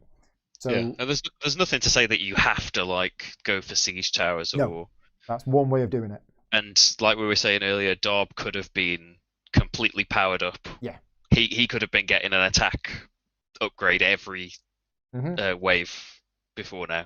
Yeah. So just with this one scenario, there's a load going in. There's a lot of variability with this one scenario. Yeah. Yeah, and even if you're just considering it just solo and co-op, I don't really care that it's got a PvP mode. No. I'm never going to play that ever. No. And it's good though. Yeah. Yes. I can imagine it's great if you would like to fight each other. But yeah. Well, 2v2 is the best. I spent all day once playing a 2v2 game. It was one of the best gaming experiences I've ever had. Okay, so it's their go. The joust moves 1. Oh, wait a minute. We're going to lose the tower. I don't think it was going to get upgraded. We could have upgraded it on our turn. Just to stop it dying now. Would we be better off, though, just paying 6 at the start of wave 4? Oh, to get 3 upgrades. And it will come back fully. Oh, actually, yeah. Right. Okay. So sorry, Siege Tower. Yeah. See, if this was a PvP game, we wouldn't do that because the enemy's going to get 5 source for doing it. The joust moves here. Darb doesn't move. The joust kills the Siege Tower because it's got quick strike, so it can go. That quick strike is nasty. Yeah. Very nasty. And he's never had a chance really to do Fury Kick either. No. Or Eager. He's going because to. Because he's not attacking. Yeah, he's going to, just not yet. Yeah. Well, will he? I don't know if he'll get a chance. Right. Darb attacks us. Yeah, because he keeps attacking the tower and not a minion. We take a damage. Darb takes 2. Darby's down to 1 health. Stupid Darb. Our siege tower attacks the joust for 1 dice.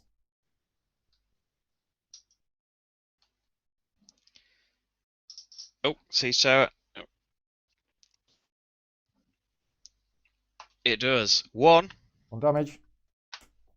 Okay. Our go. So Cram nothing moves. Stay where he is. Yeah, Cram will heal that health back. So Cram stays where he is. Just our units here don't move. No, we haven't got enough.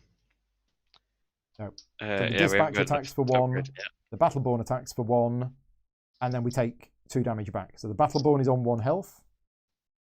The Joust is on 1 health. Okay. Their turn. Yeah, they just stay where they are. Joust kills the Battleborn. Well, no, because now we get the Fury Kick in the Eager. Oh, yes, so he swaps places with the Battleborn. We actually get it now. He swaps places with the Battleborn. Both of us. And then attacks both of them because of the Fury Kick. So they both take 2, but they both take 2. The Joust gets... Now, who retaliates? I'd say the Battleborn gets killed. Battleborn is killed. It says only the target unit retaliates. Interesting. Oh, okay. So there's no retaliation. No retaliation. No retaliation. Nice. Oh, well, the siege tower, hopefully, there's a 5 in 6 chance that siege tower can take it out. Yeah. And that's, oh, well, Darb. Oh, Darb isn't quick, is he?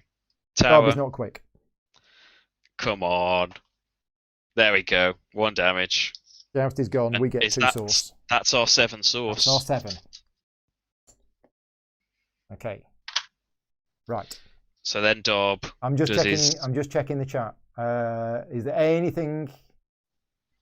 Yeah, there's a few discussions going on, which is an interesting discussion, and I can see why. If an AI unit cannot damage its mark, would it then go for another mark? And that's the conversation going on in the chat now. It doesn't apply to us, but we need to be aware that all opposing minions have gone. But no, there's still a hero left. So yeah, no campfire mode yet. I said I'd talk about campfire mode, and it hasn't actually cropped up yet. So yeah. Yeah, I think at worst, Darb is going to do 1 damage to our fortress and then get killed by it. Yeah. Well, is he? Is he not just going to keep attacking Clam, or is that the thing we're talking about? I think the conversation seems to be once he only has 1 attack, he cannot damage Cram, so would his priority then turn to the fortress? Yeah. And Cram can't attack him. So, well, that's the discussion in the chat. So. Come on, Dispatch, get a move on. Get around and attack that Darb. Yeah, that's what we want. He's so many turns away and he's got to survive a minaret and a regal lookout to do that. So where are we up to? That was their turn. Yes. Oh, so Darb, we haven't done retaliate on Darb, have we? Didn't we? Have we not done Darb's attack? No, we haven't. No, Cram's still sitting on 6 health. So Darb attacks us, we go down to 5. And then Darb keeps his 1. Darb keeps his 1 health. Yeah. He loses his upgrade. Yeah. And he flips back to his standard side. So he's now just flying with 1 health. Yes. And as you say, Darb can now not hurt Cram. At all. No. So I think the rules as written are that Darb would keep attacking Cram, but I absolutely agree it doesn't make sense. Yeah. If it says somewhere, there's probably some kind of priority thing somewhere else about if it can't damage something. I haven't got that in front of me, though. I think I have no idea. From what I'm reading in the chat, that seems to be a logical way that it works, but that's not the way it works in the rules. And I think Mark is saying, yeah, it's. Yeah, it's either going to just stand there and keep attacking Cram. And doing nothing for the entire game. And the round will never end. Well, and the round will never ever it ends end. when there's no minions, doesn't it? That's true, so yes. It can end with Darb still there. Yeah, well, the Dispatch is going to get round and kill Darb. Well, he might not, because we might get... The Dispatch is going to instantly die. Okay, so our go. Are we going to spend our 7 source? Yes, let's upgrade this siege tower. So it's not going to get to go until next turn. No, I think it will, because this is all start of turn. I think. Let me just check the turn sequence. Can we do the limited build and then use the raise?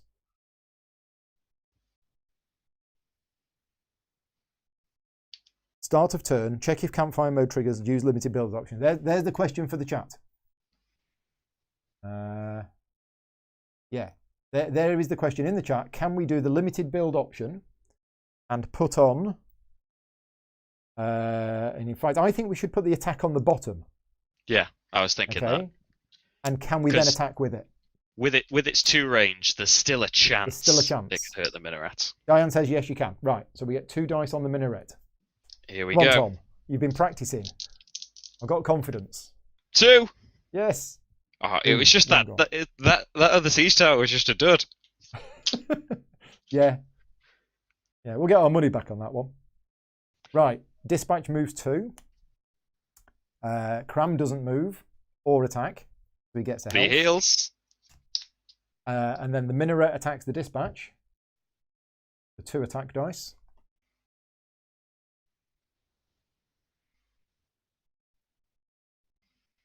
Oh, yes. 2. Dead. Boom. Sorry, dispatch. I'm just looking at I'm looking looking to see how the conversation is turning out. Yeah, so the conversation is Darb won't attack Cram. It's a new rule in the new rule book.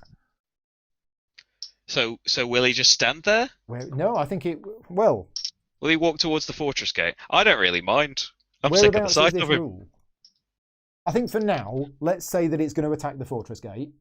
But I would like to talk about. I would like to find out in the book where it actually is that it wouldn't attack. The wave is ending either way, isn't it? With or without him. Yeah, yeah. In fact, yeah. There's no minions. So that's it. The wave's ended. Doesn't matter. Yeah, it would the wave ends somewhere in the.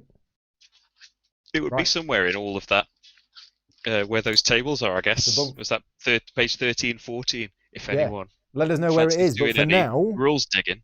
For now, we're going on to wave 4. 4. So roll the event die because you might get an upgrade on Darb. Oh no!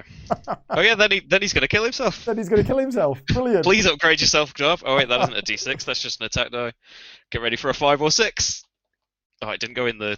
It didn't go in the dice tray, but I'm having it. It's 3. It's a 3. What does a 3 mean? I don't know. I haven't. 3 is. Oh, that's add a fortify to the bottom of 2 of their spires. Well, so should we do not the minaret? Yeah, not the minaret. We'll put it on there, and we'll put it on there. Okay, because we are going for a 1 renowned victory. Right, market phase. We have no source. So no. I'll do the market, and then we won't buy anything. There we go. Have 3 random chips. Done. Build phase. Oh, they're getting something new. Yeah, they are getting an attack chip to the bottom of an air spire of our choice. We put it on the one at the back. Should you high rise? Yeah, the one at the back. Now, yeah. Here's the bad thing: the heirs construct a minaret spire on a source well of our choice, which means we have to kill it. So, do we want it here, right next to us? Next to our siege tower. I was thinking next to Cram. Oh yeah. And then Cram just kills it. Yeah. Yeah, go for it. Yeah, I think we'll have it there. Thank you very much. But yeah, they get a minaret one there. They're not so scary, a standard minaret. Yeah. Right, we have 11 command points. Now, they are going to get some nasty units in the 4th wave. Oh gosh. These names are I don't units I've recognise. never seen before. So, some simple piles though. Harrier, Harrier, Harrier. Yeah, that's the easy Harrier. There it is. 2. And for once, not a joust on the bottom. No. So they have a Windrush, which has got 5 health and transport, and a Royal Talon. The Windrush is not upgraded, and the Royal Talon is not upgraded. Not promoted. So the Windrush has transport, which means the talent does not trigger for AI units. Oh, okay. The transport doesn't have any effect for AI units. Oh, but assault. Assault. It's horrible. That damages spires, doesn't it? Take the bottom upgrade off before dealing damage. Yeah, okay. And then the Royal Talon is flying with 3 attack. And it's got 5 health. And the thing is, the Windrush is grouped with the Royal Talon. Yeah. Okay. Right then. So, we haven't got any source, so we don't have to worry about any towers or anything. Nope. Let's. So we've got 11. We got 11. So again, it feels very risky just taking a Forsaken out there. Source Siege is nice, but it's only. I don't know. It just doesn't seem very cost effective. I'm worried about the Royal Talon with flying. Yeah, we definitely need some air defense. 2 dispatches. Yeah. That's 6. And then. And a Source Siege. We've got 11. So 2 dispatches we're going to waste some, unless we go dispatch Source Siege Battleborn. But then that seems like it could be a waste. Like the Battleborn is just kind of there, isn't it? It's just in the way. It's there to be in the way. Forsaken, I don't think it's going to be useful. Aegis would be nice, but they haven't got. They're tanky, but they haven't got airstrike, have they? Mm-hmm. And like Aegis dispatch would be 11, but that would be all of our air defense just in 1 dispatch. Yeah.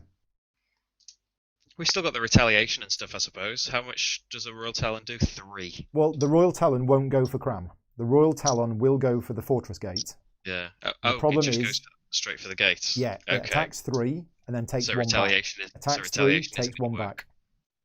Yeah, the Royal Talon is going to be the absolute pain for us because we cannot hit it because we haven't got any lance launchers.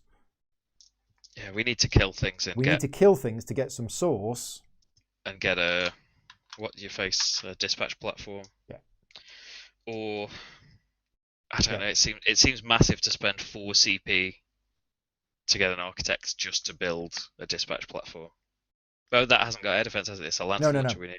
That's 6, so forget the architect. Mm-hmm. So we could go like 2 dispatches and an Aegis, and that's someone with armor. That's 10.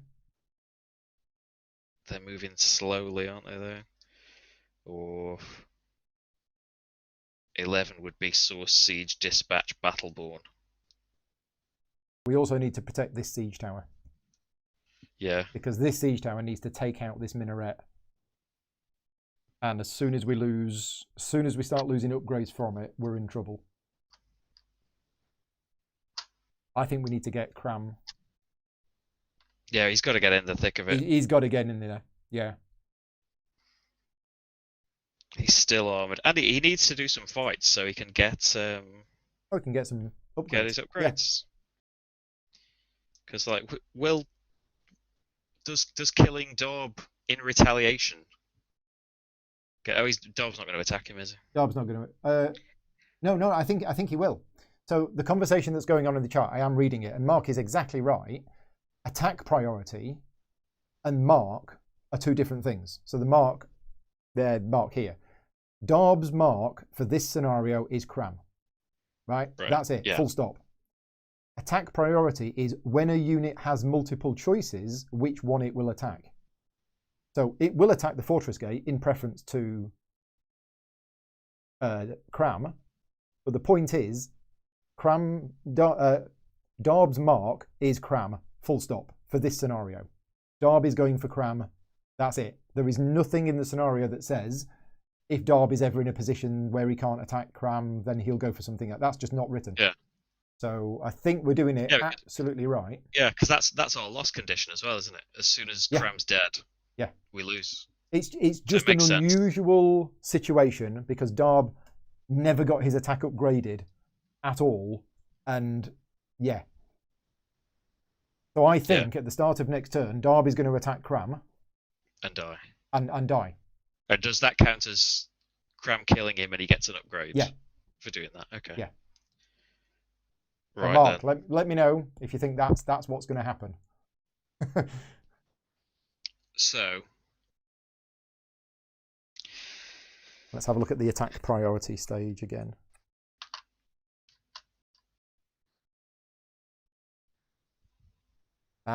No, it won't attack. So in the AI attack unit priority, it is opposing hero that it can damage. It can't damage. So you're right, it won't attack. okay.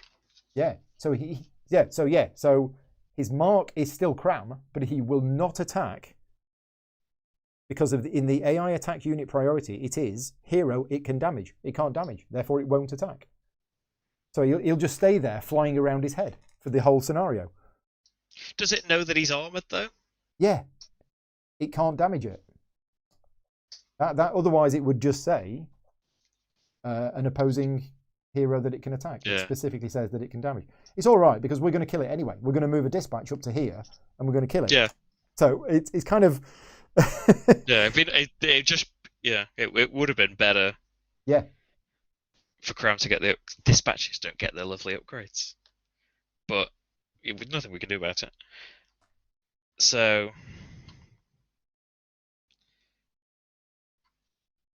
I'm just looking now for Forsaken have got that assault as well.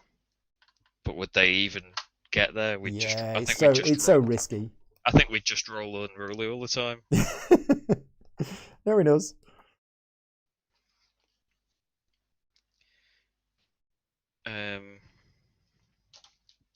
So yeah, the options are 2 dispatches at an Aegis, or a Source Siege, a dispatch, and a Battleborn. I think.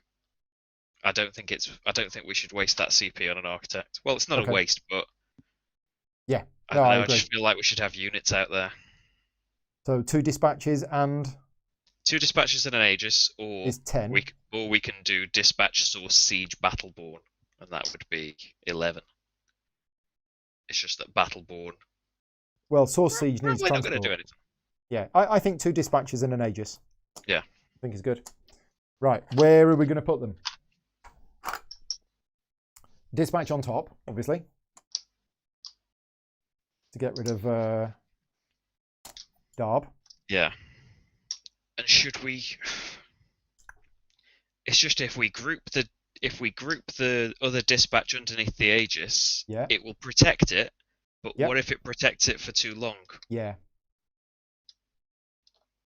Yeah, because then the dispatch is too far near the end, and it's gone past the Royal Talon. I think dispatch, Aegis, dispatch.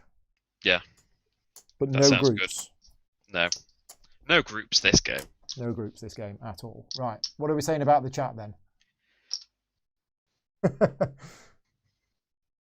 It's a really interesting discussion. But is Darb going to attack Cram even though we only want to know because we would really like Cram to get an upgrade. Yeah.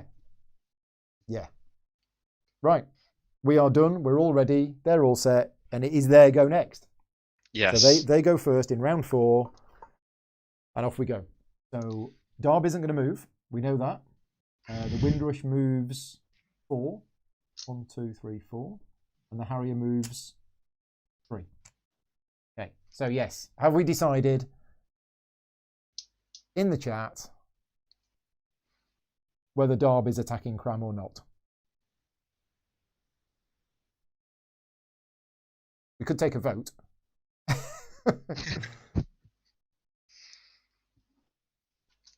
Yeah, I mean, it does say marks, Darb, Cram the Mighty, attack priority, Cram the Mighty.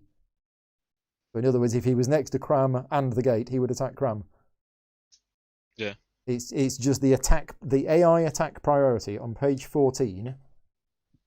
I mean, it does say they must attack if they have a valid target, but it's not fitting into any of the 10 things. Reread the marks section in the scenario. Yeah, I've read that. It says, Cram the Mighty, stroke opposing fortress gate.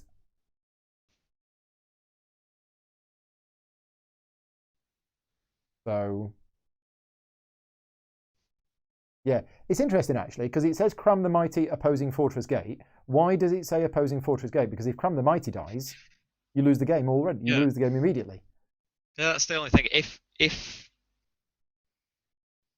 yeah, I suppose that's the thing that leads it towards maybe he just marches past him now because it says that a post-infection gate. Whereas if he only ever went to Cram the Mighty, why wouldn't they just delete all of that other text? Yeah. So I think what we're going to do, just to move on, we're going to say that Darby's intelligent, and he realizes that if he attacks Cram, he's going to die. He flies 2 to here. Okay. Yeah, we'll say that. And then he attacks the Spire. He's still gonna. Yeah. He attacks our Spire, kills the Spire, or knocks the range upgrade off it. Oh, Cram. No, Darb. Oh, will he attack our Spire? I think so. Oh, because he's next. He can still be next to Cram and do it. Mm-hmm. Which tower it's if we return Cram to the fortress. Oh yeah, we're not going to do that. Yeah, but if we did, that's why Darb would then go for the fortress instead of Cram, if Cram wasn't there. Oh, I get you. That's why the text is there. Okay. Yeah. So he's just going to stand there, isn't he? And just. Yeah, we're gonna stand him there. He's just not going to attack Cram then. Yeah, we'll do that. There. We'll say he doesn't attack Cram. Yes, we'll get an official ruling. We will forego the upgrade for now, and just Dispatch comes out. We will get an official ruling on that later on. He's going to have to deal with the minaret first, but is then. Yep. So that moves to there. That moves to there. Actually, we can just say the minaret attacks Cram, can't we? We can, but are we not going to move Cram? It's got priority though, hasn't it? It goes for a hero. Yeah, it would go for a hero first. So if we move Cram to right in front of the Regal Lookout. Yeah. Oh, it will start doing damage to it. Or do we just leave Cram where he is and get rid of this minaret? And hold up the Windrush. If Cram does what you just said, yeah, the minaret could still attack him and he could absorb that damage. Yeah. The Regal Lookout, maybe he'd absorb that damage, I don't know. But wouldn't he then be standing in the way of the Windrush, which is what we want? In fact, we can go one better. We can actually move through Darb, because Darb is flying.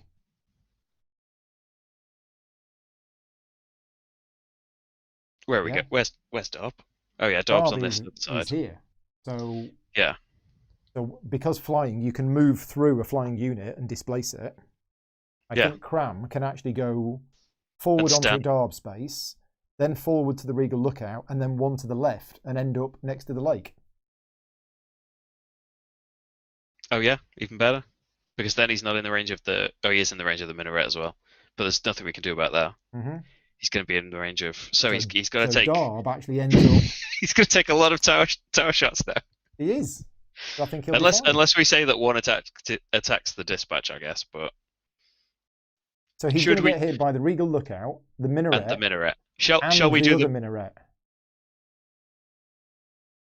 Yeah, because we haven't got a choice, have we? And they'll prioritise. They'll prioritise. That won't do any damage. That won't do any damage, or hopefully won't do any damage. The Windrush won't do any damage. Okay, he might have to run out of this, but I think he'll be fine. Fine. Minaret, 2 dice. Hang on, Darb. Darb is displaced by Cram's first movement. The Darb ends so he's up next to the Dispatch. Next to the Dispatch, yeah, on the space with the barbed wire, where Cram started. Yep. Okay. So the minaret on Cram gets about time 1 and nothing. So the big minaret bounces off Cram's armor. Right. The Regal Lookout. Yep. 1, so nothing. Yep. And the other minaret. And the mini minaret, nothing. Excellent. There we go. So our attacks. Our attacks now. We haven't done our siege tower. Oh, we didn't. Do you want to do the siege tower? Here we go. 2. Okay. There you go. Thank you. All that excitement. We've got to do the siege tower. Here we go. Things are finally coming up, Millhouse. Right, so, is the Dispatch gonna kill Darb? Yeah. Yeah. Let's get. There you go. No more rules questions about Darb. Darb is gone. when we get one massive source for that. And Cram the Mighty attacks the Regal Lookout. Yep. Yep. Takes its fortification out. Takes the fortification chip off the Regal Lookout. Right, there we go. Whew. This is actually perfect because he's just in their way. Yeah. And the Harrier can't attack him, and the Windrush, neither can the Windrush. Yeah. Until he kills the Windrush, and then then things are going to go wrong. So the Windrush moves and goes 1-2. Then the Harrier moves and goes 1-2. The Windrush attacks Cram and does no damage. Takes 2 back. Takes 2 back, down to 3 health. And that's it. Yep. So our turn. Siege Tower. Keep attacking the big minaret. Yep. 1 more fortification chip. There we go. There's 2. Oh, so that's the last. I think I put one too many on there. Right. Okay. Next. Dispatch moves 2. The Aegis moves 2. The other dispatch moves 2. So those dispatches can take out the minaret. Minaret's gone. Yeah. Cram. What are we doing with Cram? I think stay there, and should we attack the Windrush so that when it attacks him, it reveals the Royal Talon at this point? I think so. Before the dispatches find their way at the bottom of the map. I think so. Yeah. Yeah. So he does 2 to the Windrush. It's got 1 left. But we've got the spires first. Oh yeah, we're just moving for now, aren't we? Yeah. Yeah. So he'll stay there. Big minaret. And then big minaret on Cram. Yeah, this is all a bit dangerous for Cram, but it's exciting. 2 damage. So 1 finally takes 1. Yeah. Regal and Lookout. Then the Regal Lookout manages 2. Ooh. He's fine. And the minaret. Oh yes, the other minaret. 2. Okay. Seriously? Yep. Wow. It's okay. We're down to 3 health. Run, Cram, run. What did I say, Tom? You're going to get in trouble. He'll be okay. He can run. Right. That minaret's not going to be there. It's just a Royal Talon might take him out. I'm now thinking we should not now attack the Windrush. Yeah. I think we should attack the Regal Lookout instead. Yeah. Okay. That's probably a good idea. So we attack the Regal Lookout. That is now down to just its 1 attack chip. We then do 2 attacks on the minaret with the dispatches or the Aegis, whatever. Doesn't matter what. So that minaret has gone. I'm still on the dice. And 3 source. Resource for the minaret. 1 for the minaret. Oh, what am I looking at? You were looking at the cost of building. I'm looking at the cost. Yeah. So we've only got 2 source. It's not a lot. Not a lot. Right. There you go. Oh, and the Windrush rewards you with nothing. Nothing. Yeah. So they don't move. Yeah. There is no movement from them at all. The Windrush attacks Cram, takes no damage, and then takes 2 back. Yeah. So we just held them up. Yeah. On our turn, we have the Siege Tower. I think go for the minaret. Yeah, because then it won't have enough range to. Oh, Rune has found something in the rulebook. Oh, thank you. We'll get back to that later on, but thank you for finding something. So the Siege Tower on the minaret just needs to do 1 now, doesn't it? There's 3. Right. It's down to 2 attack and 1 range. Next, okay. Dispatch moves 2. Aegis moves 2. Dispatch moves 2. I think we need to get Cram away. Although the minaret has gone now. The minaret is down to... I think now, I think that we should get out of the Windrush's way and let it carry on. Because 2, 3, 4... It will hurt our Siege Tower.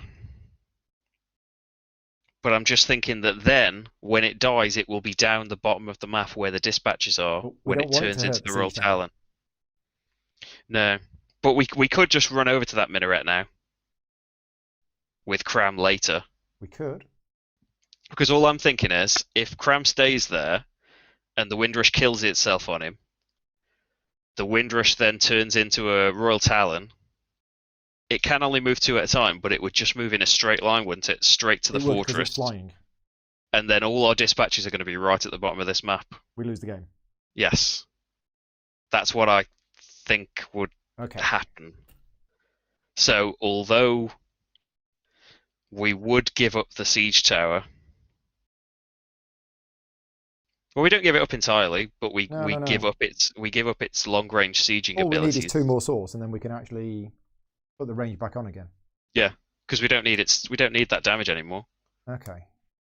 Yeah, I think sacrifice the siege tower temporarily, just to stop, because maybe the dispatch wouldn't even damage it, would it? Because the Royal Talon would just start 2 there, and then the dispatches move down, nowhere near it.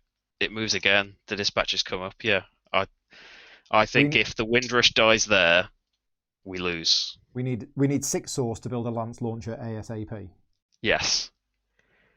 Or so the Windrush will come 1, 2, 3, 4 down here, do its business on the siege tower, but then next turn our dispatches go there. They're both in range of it, so that's 2 damage to it. How much has it got? 5. And then, then it would start flying away, and I don't know if we stay in range of it then. Okay. So I think we need to get out of the way of the Windrush. Okay.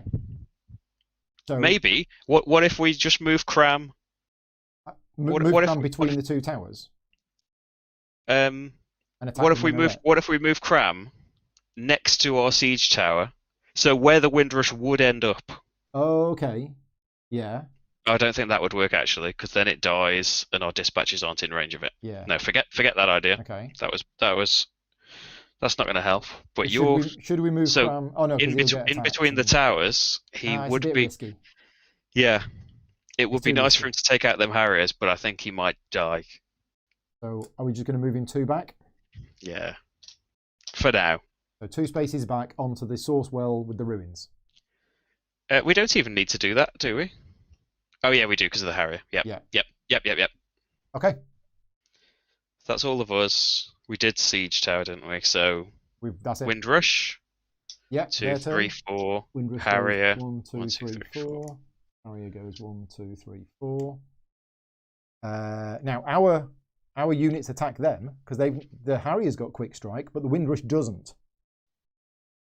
Yeah, so the Harrier is just stuck. So we should. Oh, actually, maybe the siege tower is going to kill the. Oh, exactly. I see. Ah. Yeah, so we use the siege tower now on the Windrush. Come on. 2 dice. 1 damage is all it needed. Is enough. Windrush has gone. The Royal Talon appears. It's flying and it's got 5 health. Exactly where we wanted it. Perfect. Right. Now, does the Royal Talon now attack the siege tower? Oh. Because they were grouped. Yeah, because they haven't gone attack yet, have they? They haven't attacked. So I would assume that it does get an attack. Yeah, so the Royal Talon now attacks the siege tower and takes off the attack upgrade. Yep. That's fine. The Harrier has nothing to attack, and now it is our go. So dispatches come along. Moves 2. Aegis moves 2. Dispatch moves 2. What are we going to do with Cram? Attack the Regal Lookout? Yeah, source. That's 4. It's 3 source, isn't it? Yeah. That's not enough to build a lance launcher, but no. It sounds nice. Where do we want to put it? Next to the Harrier? Yeah. It's just Harriers all the way, isn't it? In that pile. Yeah, because the minaret's not in range of it still. Yeah, put it next to the Harrier and take out the Regal Lookout. Okay, so the Regal Lookout attacks Cram first. Okay, 1 die. Diane is saying raise. Did we forget to do a raise? Start of our turn? I guess we did. We must have. Just the Regal Lookout just did 1 damage to Cram, so that's not going to be enough. Nope. So we forgot the raise. We still had 2 dice then, didn't we?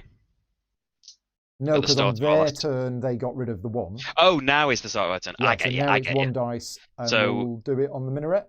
Yeah, because Cram can take out the Regal Lookout now. That's going to be 1 damage, so we need it. Diane. We have forgotten about that in all the excitement.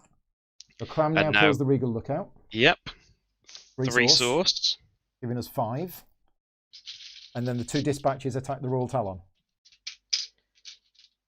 Yes. 2 damage. So still now the worry is... It's still not enough. So the dispatch... One of our dispatches will be able to attack it next turn. Because it will be... It will be...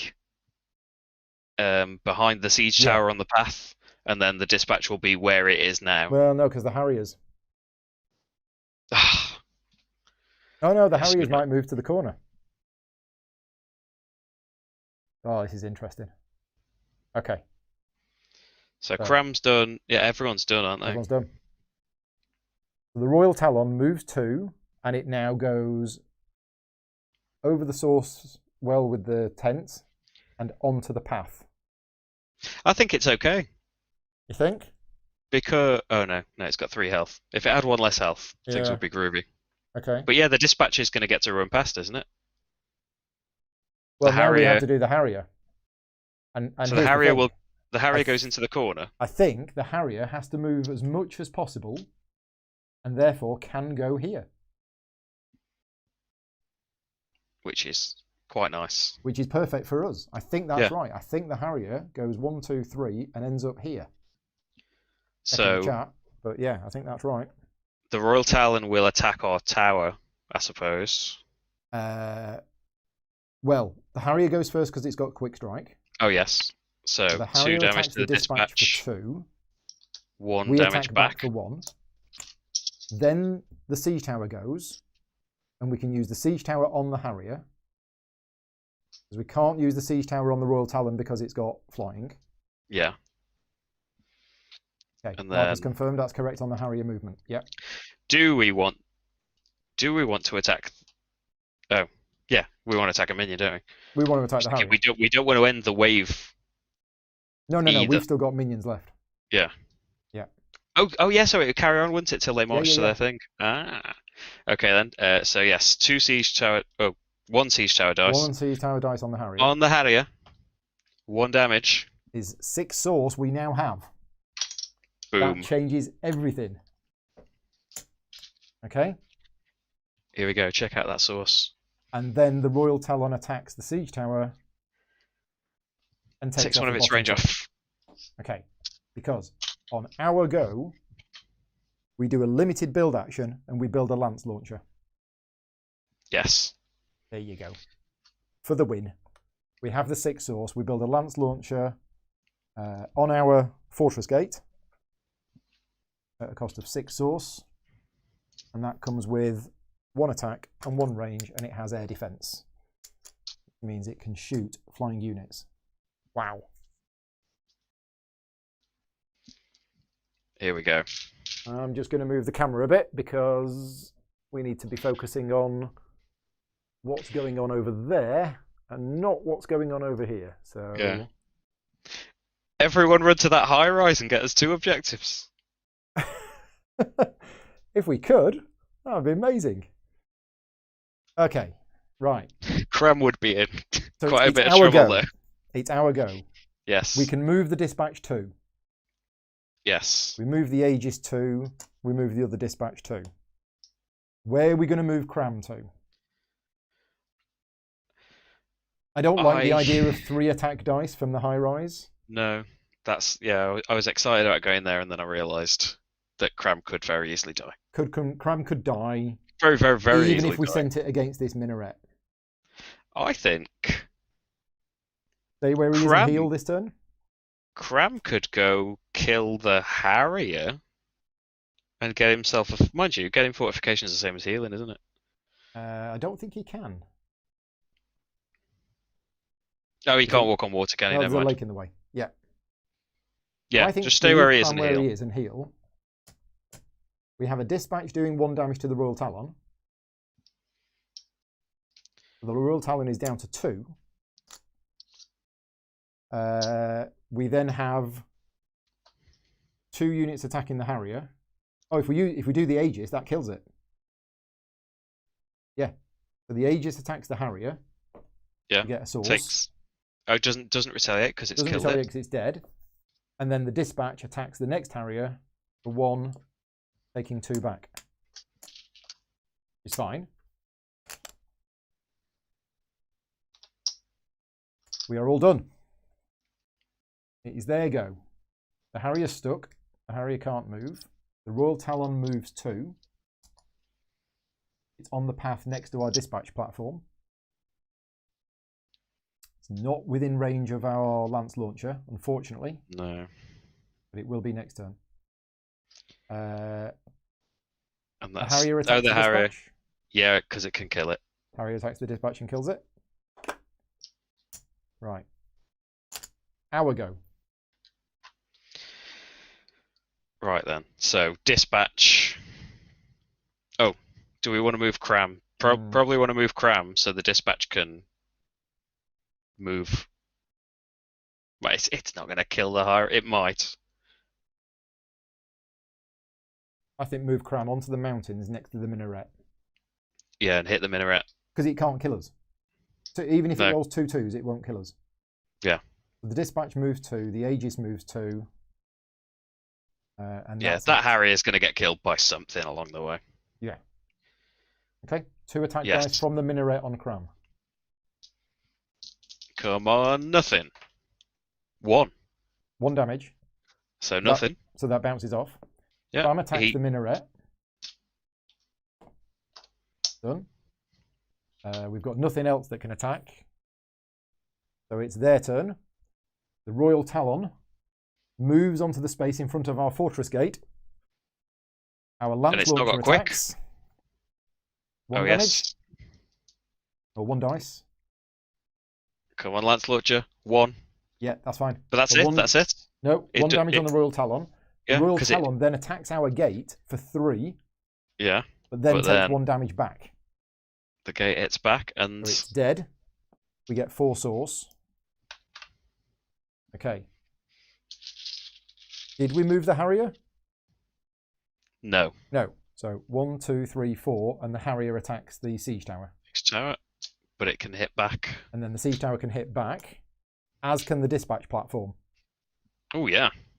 So surely. There's 1. Yeah. Dead. 1 more source. Right. So at the start of our turn, I'm glad I got to explain this. Cram goes into campfire mode. If you are watching this video and you have never seen anything in Cloudspire before, this is the first time this has happened. But when the opposing side has lost all of their units, your heroes go into campfire mode. Your minions carry on working, but your hero cannot do anything for the rest of the phase. Oh, no. It's for game balance reasons, because if our hero was allowed to do something right now, we'd win the game immediately, pretty much.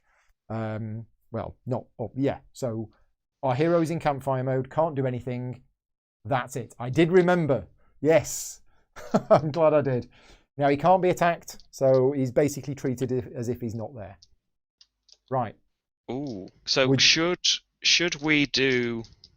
We might not win this. I don't think we can do it now. We might not win this now. We should maybe... So to upgrade the siege tower twice, it would cost 5. We could do that with our other limited build. Oh, we can do it. Hope it takes the minaret out. Well done. And then hope that these fools survive long enough to kill that high rise. If this works, this is the tightest game ever. So we use our limited build action. Our second one, we spend 5 source, and we add 2 range upgrades to the siege tower. And now we can get 1 dice on the minaret. Come on, Tom. Oh, come on. Come on. Please. Oh, it's nothing. You're kidding. Oh, it's got another chance, though. This isn't the last turn. This isn't the last turn. Right. It's okay. The dispatch moves 2. The Aegis moves 2. We are done. There go. Does that minaret ignore Cram as well? Is it just as if he's not there? Yeah. There go. Nothing happens. Our go. Siege tower. Come on. Siege tower time. 2. Dead. Bye-bye minaret. Siege tower is gone. Dispatch moves 2. Aegis moves 2. Achievement unlocked. The high rise has 3 dice on the poor little Dispatch. I think he's dead. Oh, come on, we can do this. This is like 1 in 36 times 6. No, that's 3 damage. Yeah, 3. So Dispatch is dead. There go. Nothing happens. Hour go. The Aegis moves 2. We get 3 dice on the Aegis. Oh dear. That's 4. -1. Dead. Oh, Wave. Well. It was a good over. thought. Oh. It was a nice idea that we might have done it. What a game. We did it, right? We got all Minaret Spires are defeated at the end of Wave 4. We did not get that, and we did not get that. So yes, we got 1 renown. We succeeded, and you will write that renown down. You go on to scenario 2, which is here, and you track the renown on here, I think here, and then you can use it to buy different advantages as the game goes on. So, Tom, this was my favourite game of 2019 for various reasons. You've played it before? You've dabbled with it before? Yes. I just don't think. I think this. Click. I think. Yeah. I think I've got it now. Yeah. I was definitely maybe a wave into it. I realised what we were meant to be doing. Yeah. And maybe that happened before. I don't really remember what I did last time I played, because I would have played this, assuming that not too much has changed between versions. Yeah. Because all my other plays would have been with version 1. Yeah, a few little tweaks. Yeah, there's a few keyword things. It seemed like a lot of things got air defense. Yeah, that didn't have them before. Anything in the old rules that had range could also attack flying units. So those 2 things were combined into 1, and what they've done is they've simply split it and called just made it a bit more explicit. And air defense. Yeah, it means you can now have melee units with a range of 2 that can't hit flying units. You don't have them at all, but it's just they've split it up because they are two different things. Yeah. I mean, I love this game. I've played this scenario a bunch of times. That was by far the best one because that was just so good. It was just so. We nearly did 2 whole things. Well, we nearly did 2 whole things. We did. There was no chance of doing the fortress gate. Well, do you think there was a chance of getting rid of this high rise? Well, orange, yellow, orange, yellow, orange. Probably not. Yeah. But yeah, we did kind of plaster all of the upgrades on that, assuming that we were never going to get close to it. Yeah, absolutely. And like I don't know, you could have put the fortifications on something else, and maybe we would have got through it. But at the same time, it might have stopped us ever getting the first minaret and the actual renown that we did win. Yeah. So it's all about it's like probably just you're better off just thinking of it. Like there's a good chance. I can't remember because it was probably a year ago that I last tried it. Yeah. There's a good chance I would have been thinking of it as it likes to do, just go for all 3 objectives. Right. Like that's clearly the aim. Do all of those, but actually just go for one of them. Just go for one. I mean, people who are really good at the game, they can do 3. Yeah. Yeah. They can go 3. This video would have been excruciating for people that really know the game. Oh yeah, because they'd have been like, "Oh, it's really obvious."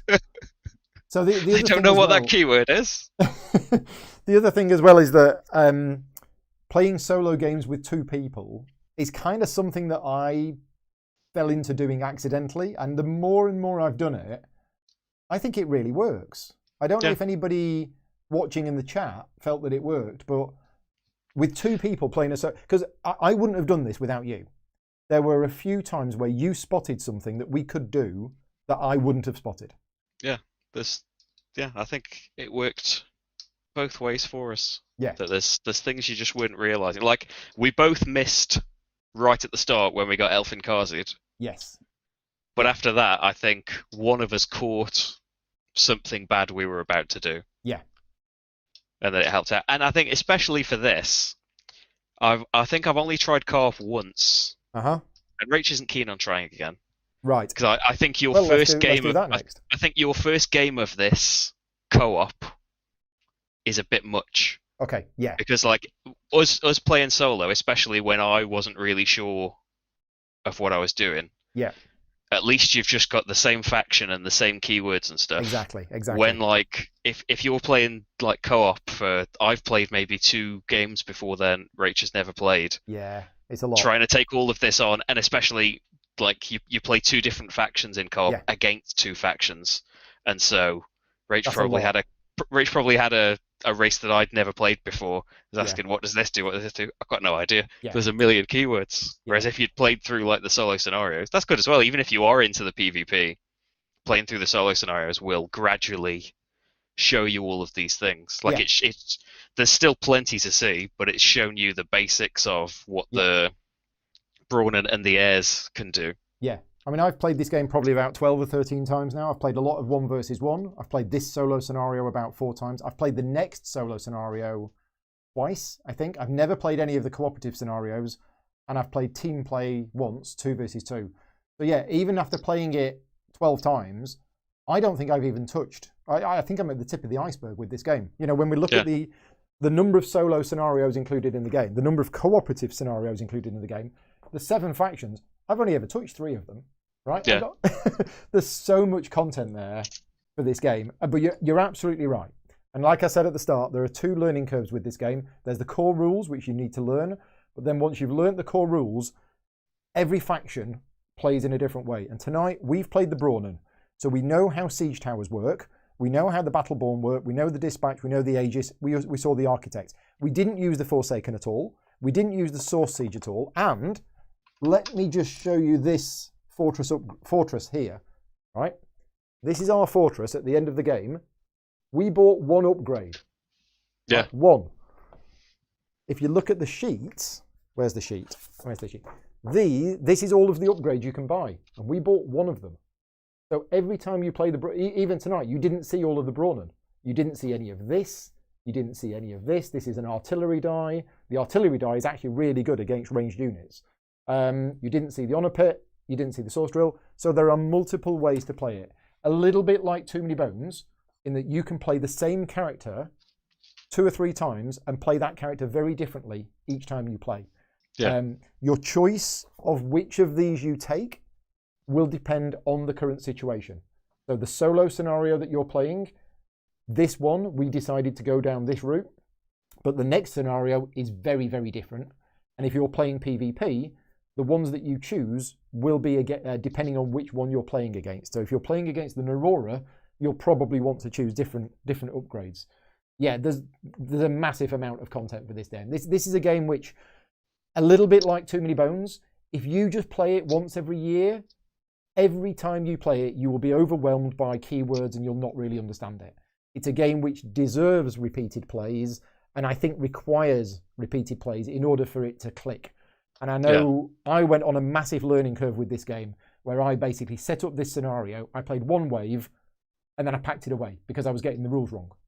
And then I played another wave and I think I filmed myself and sent it to Mark, and Mark was like, "You're making a million rules mistakes."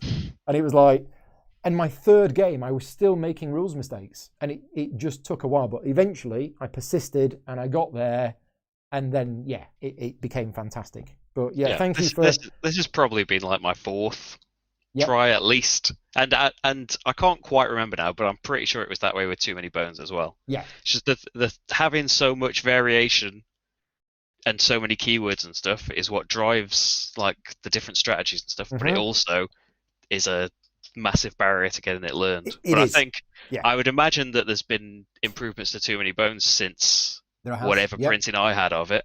And Cloudspire, just from like. I haven't looked back through the edition 1 rulebook, but it didn't have a great big walkthrough in it. No. And now it's in the normal rulebook and the solo rulebook. Yeah. There are great big, just pages and pages of explanation, and just do this, and then look at the thing that happens and understand that this thing is happening. What we did this afternoon. If you do have version 1 of Cloudspire, please go online and download version 2 of the rulebook. Because of what Tom said. So it is a better rulebook. There's no question about that. But as Tom says, there is this step-by-step. It literally walks you through a game. And that's what I did this afternoon. I set it up and I followed it through, and it told me exactly what I was doing step by step, and it played through the first wave of a game. And as a way to learn the game, that was brilliant. It teaches you how the game plays over an example game. So yeah, definitely download the version 2 rulebook if you do not have the version 2 rulebook. Right. That was brilliant. Yeah, I say people can and have learnt it as well from all of that version 1 stuff. Like, you still could do it. Yeah. I would say as well, as a little caveat, that I've probably got less patience as well for things, because I'm always thinking, oh, I don't get this. I've got like 10 other games I need to play right now. Games to cover. I'm just gonna put this away now and not think about it for a bit. Yeah. And then you realise how much time has passed since you first got the game, and you'd better get a move on with it. Yeah.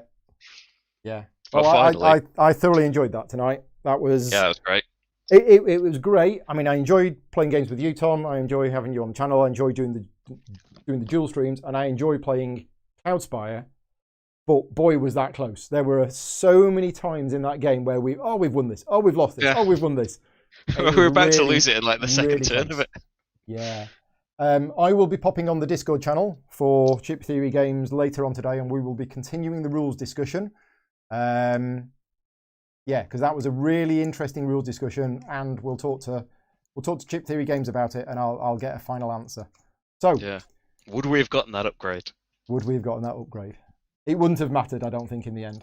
No, I don't think it would have gotten. I don't think it would have gotten us through that high rise. There's probably, I bet, if you were playing it more, I don't like it was towers that killed that last Harrier. Yeah. But maybe you would probably do stuff like park cram in front of the Harrier. But I suppose the Harrier would kill itself. You can't do too much to halt the game to prolong it, because the retaliation is just going to end it for you sooner or later. Yeah. Cool. Right. So just before we go, quick shout out. Tom does lots and lots of videos on his channel. If you are not subscribed to Tom's channel, look him up on YouTube. Slicker Drips. Oh yeah. Loads of videos happening. 5th anniversary next week. More than me. You can look through 5 hours. Oh, not 5 hours. 5 years. 5 years of videos. 450 playthroughs at least. Loads of things. That's Time insane. has gone by in the blink of an eye. Yeah. But yeah, lots and lots of videos on Tom's channel. Definitely go and subscribe if you're not subscribed to Tom, and check out the videos he does. And like me, Tom has a Patreon, which he uses to help fund the work. Because Tom, like me, you're doing a lot of videos that are not sponsored. Yes, including almost all of them. Yeah. And I probably should have said that in the last 4 hours. I don't think I said it at the start of the stream. That's why we're doing it at the end. It's over to the side of me here. Patreon.com/SlickerDrips. Yeah. You get things, but mainly you help me be here playing Cloudspire for 4 hours on a Friday night. Yeah. Not that I didn't enjoy it, but... No, but that's the thing. This evening, we've played a game together. I wouldn't have been working this evening anyway. But the fact that we both took this afternoon off work, which cost me money, in order to prepare for this, that's where the Patreon funds go. So with a quick break for tea, we've basically been doing this since about 2 o'clock. 2 o'clock, yeah. So this has been 10 hours worth of Cloudspire. And that's where the Patreon funds go. So yeah, thank you very much to all of my Patreon supporters that effectively provide me with the financial support to take time off during the day from my paid work in order to prepare for things like this in the evening. Not that the next time we play it, we have to do the same amount of preparation, because I now feel comfortable with the game that I could, if I was awake enough, go straight into scenario 2. Yeah. Definitely. But we're not going to do that. Not tonight anyway. No. So now it's locked in, though. It's locked in. Just if you liked this, Tom, keep it going. Yeah. Play it once a month, which is what I did with Too Many Bones and what I did with this, and then it goes in there. And it's been the last time I played this. The last time I played Cloudspire before today was January 2020, and I'm pleased to say 80% of it came back. And thanks to Mark helping me with some rules this afternoon, I'm back in the zone now. It's good. So expect more Cloudspire content at some point soonish on the channel, because I absolutely love it. Absolutely love it. Right, we're all done. Should we say goodnight to everybody? Yes, thank you everybody for watching, especially if you've been here for nearly 4 hours. 4 hours. It's not quite the endurance of the Mage Knight stream. No, but not still, quite. but still, a long haul. Yeah. And Worth it though. Yes, definitely. Yeah. Right. So, thanks very much, everybody. Thanks everyone. Good night. See you See you soon next time. for more things. Yes. Bye. Good night. Bye.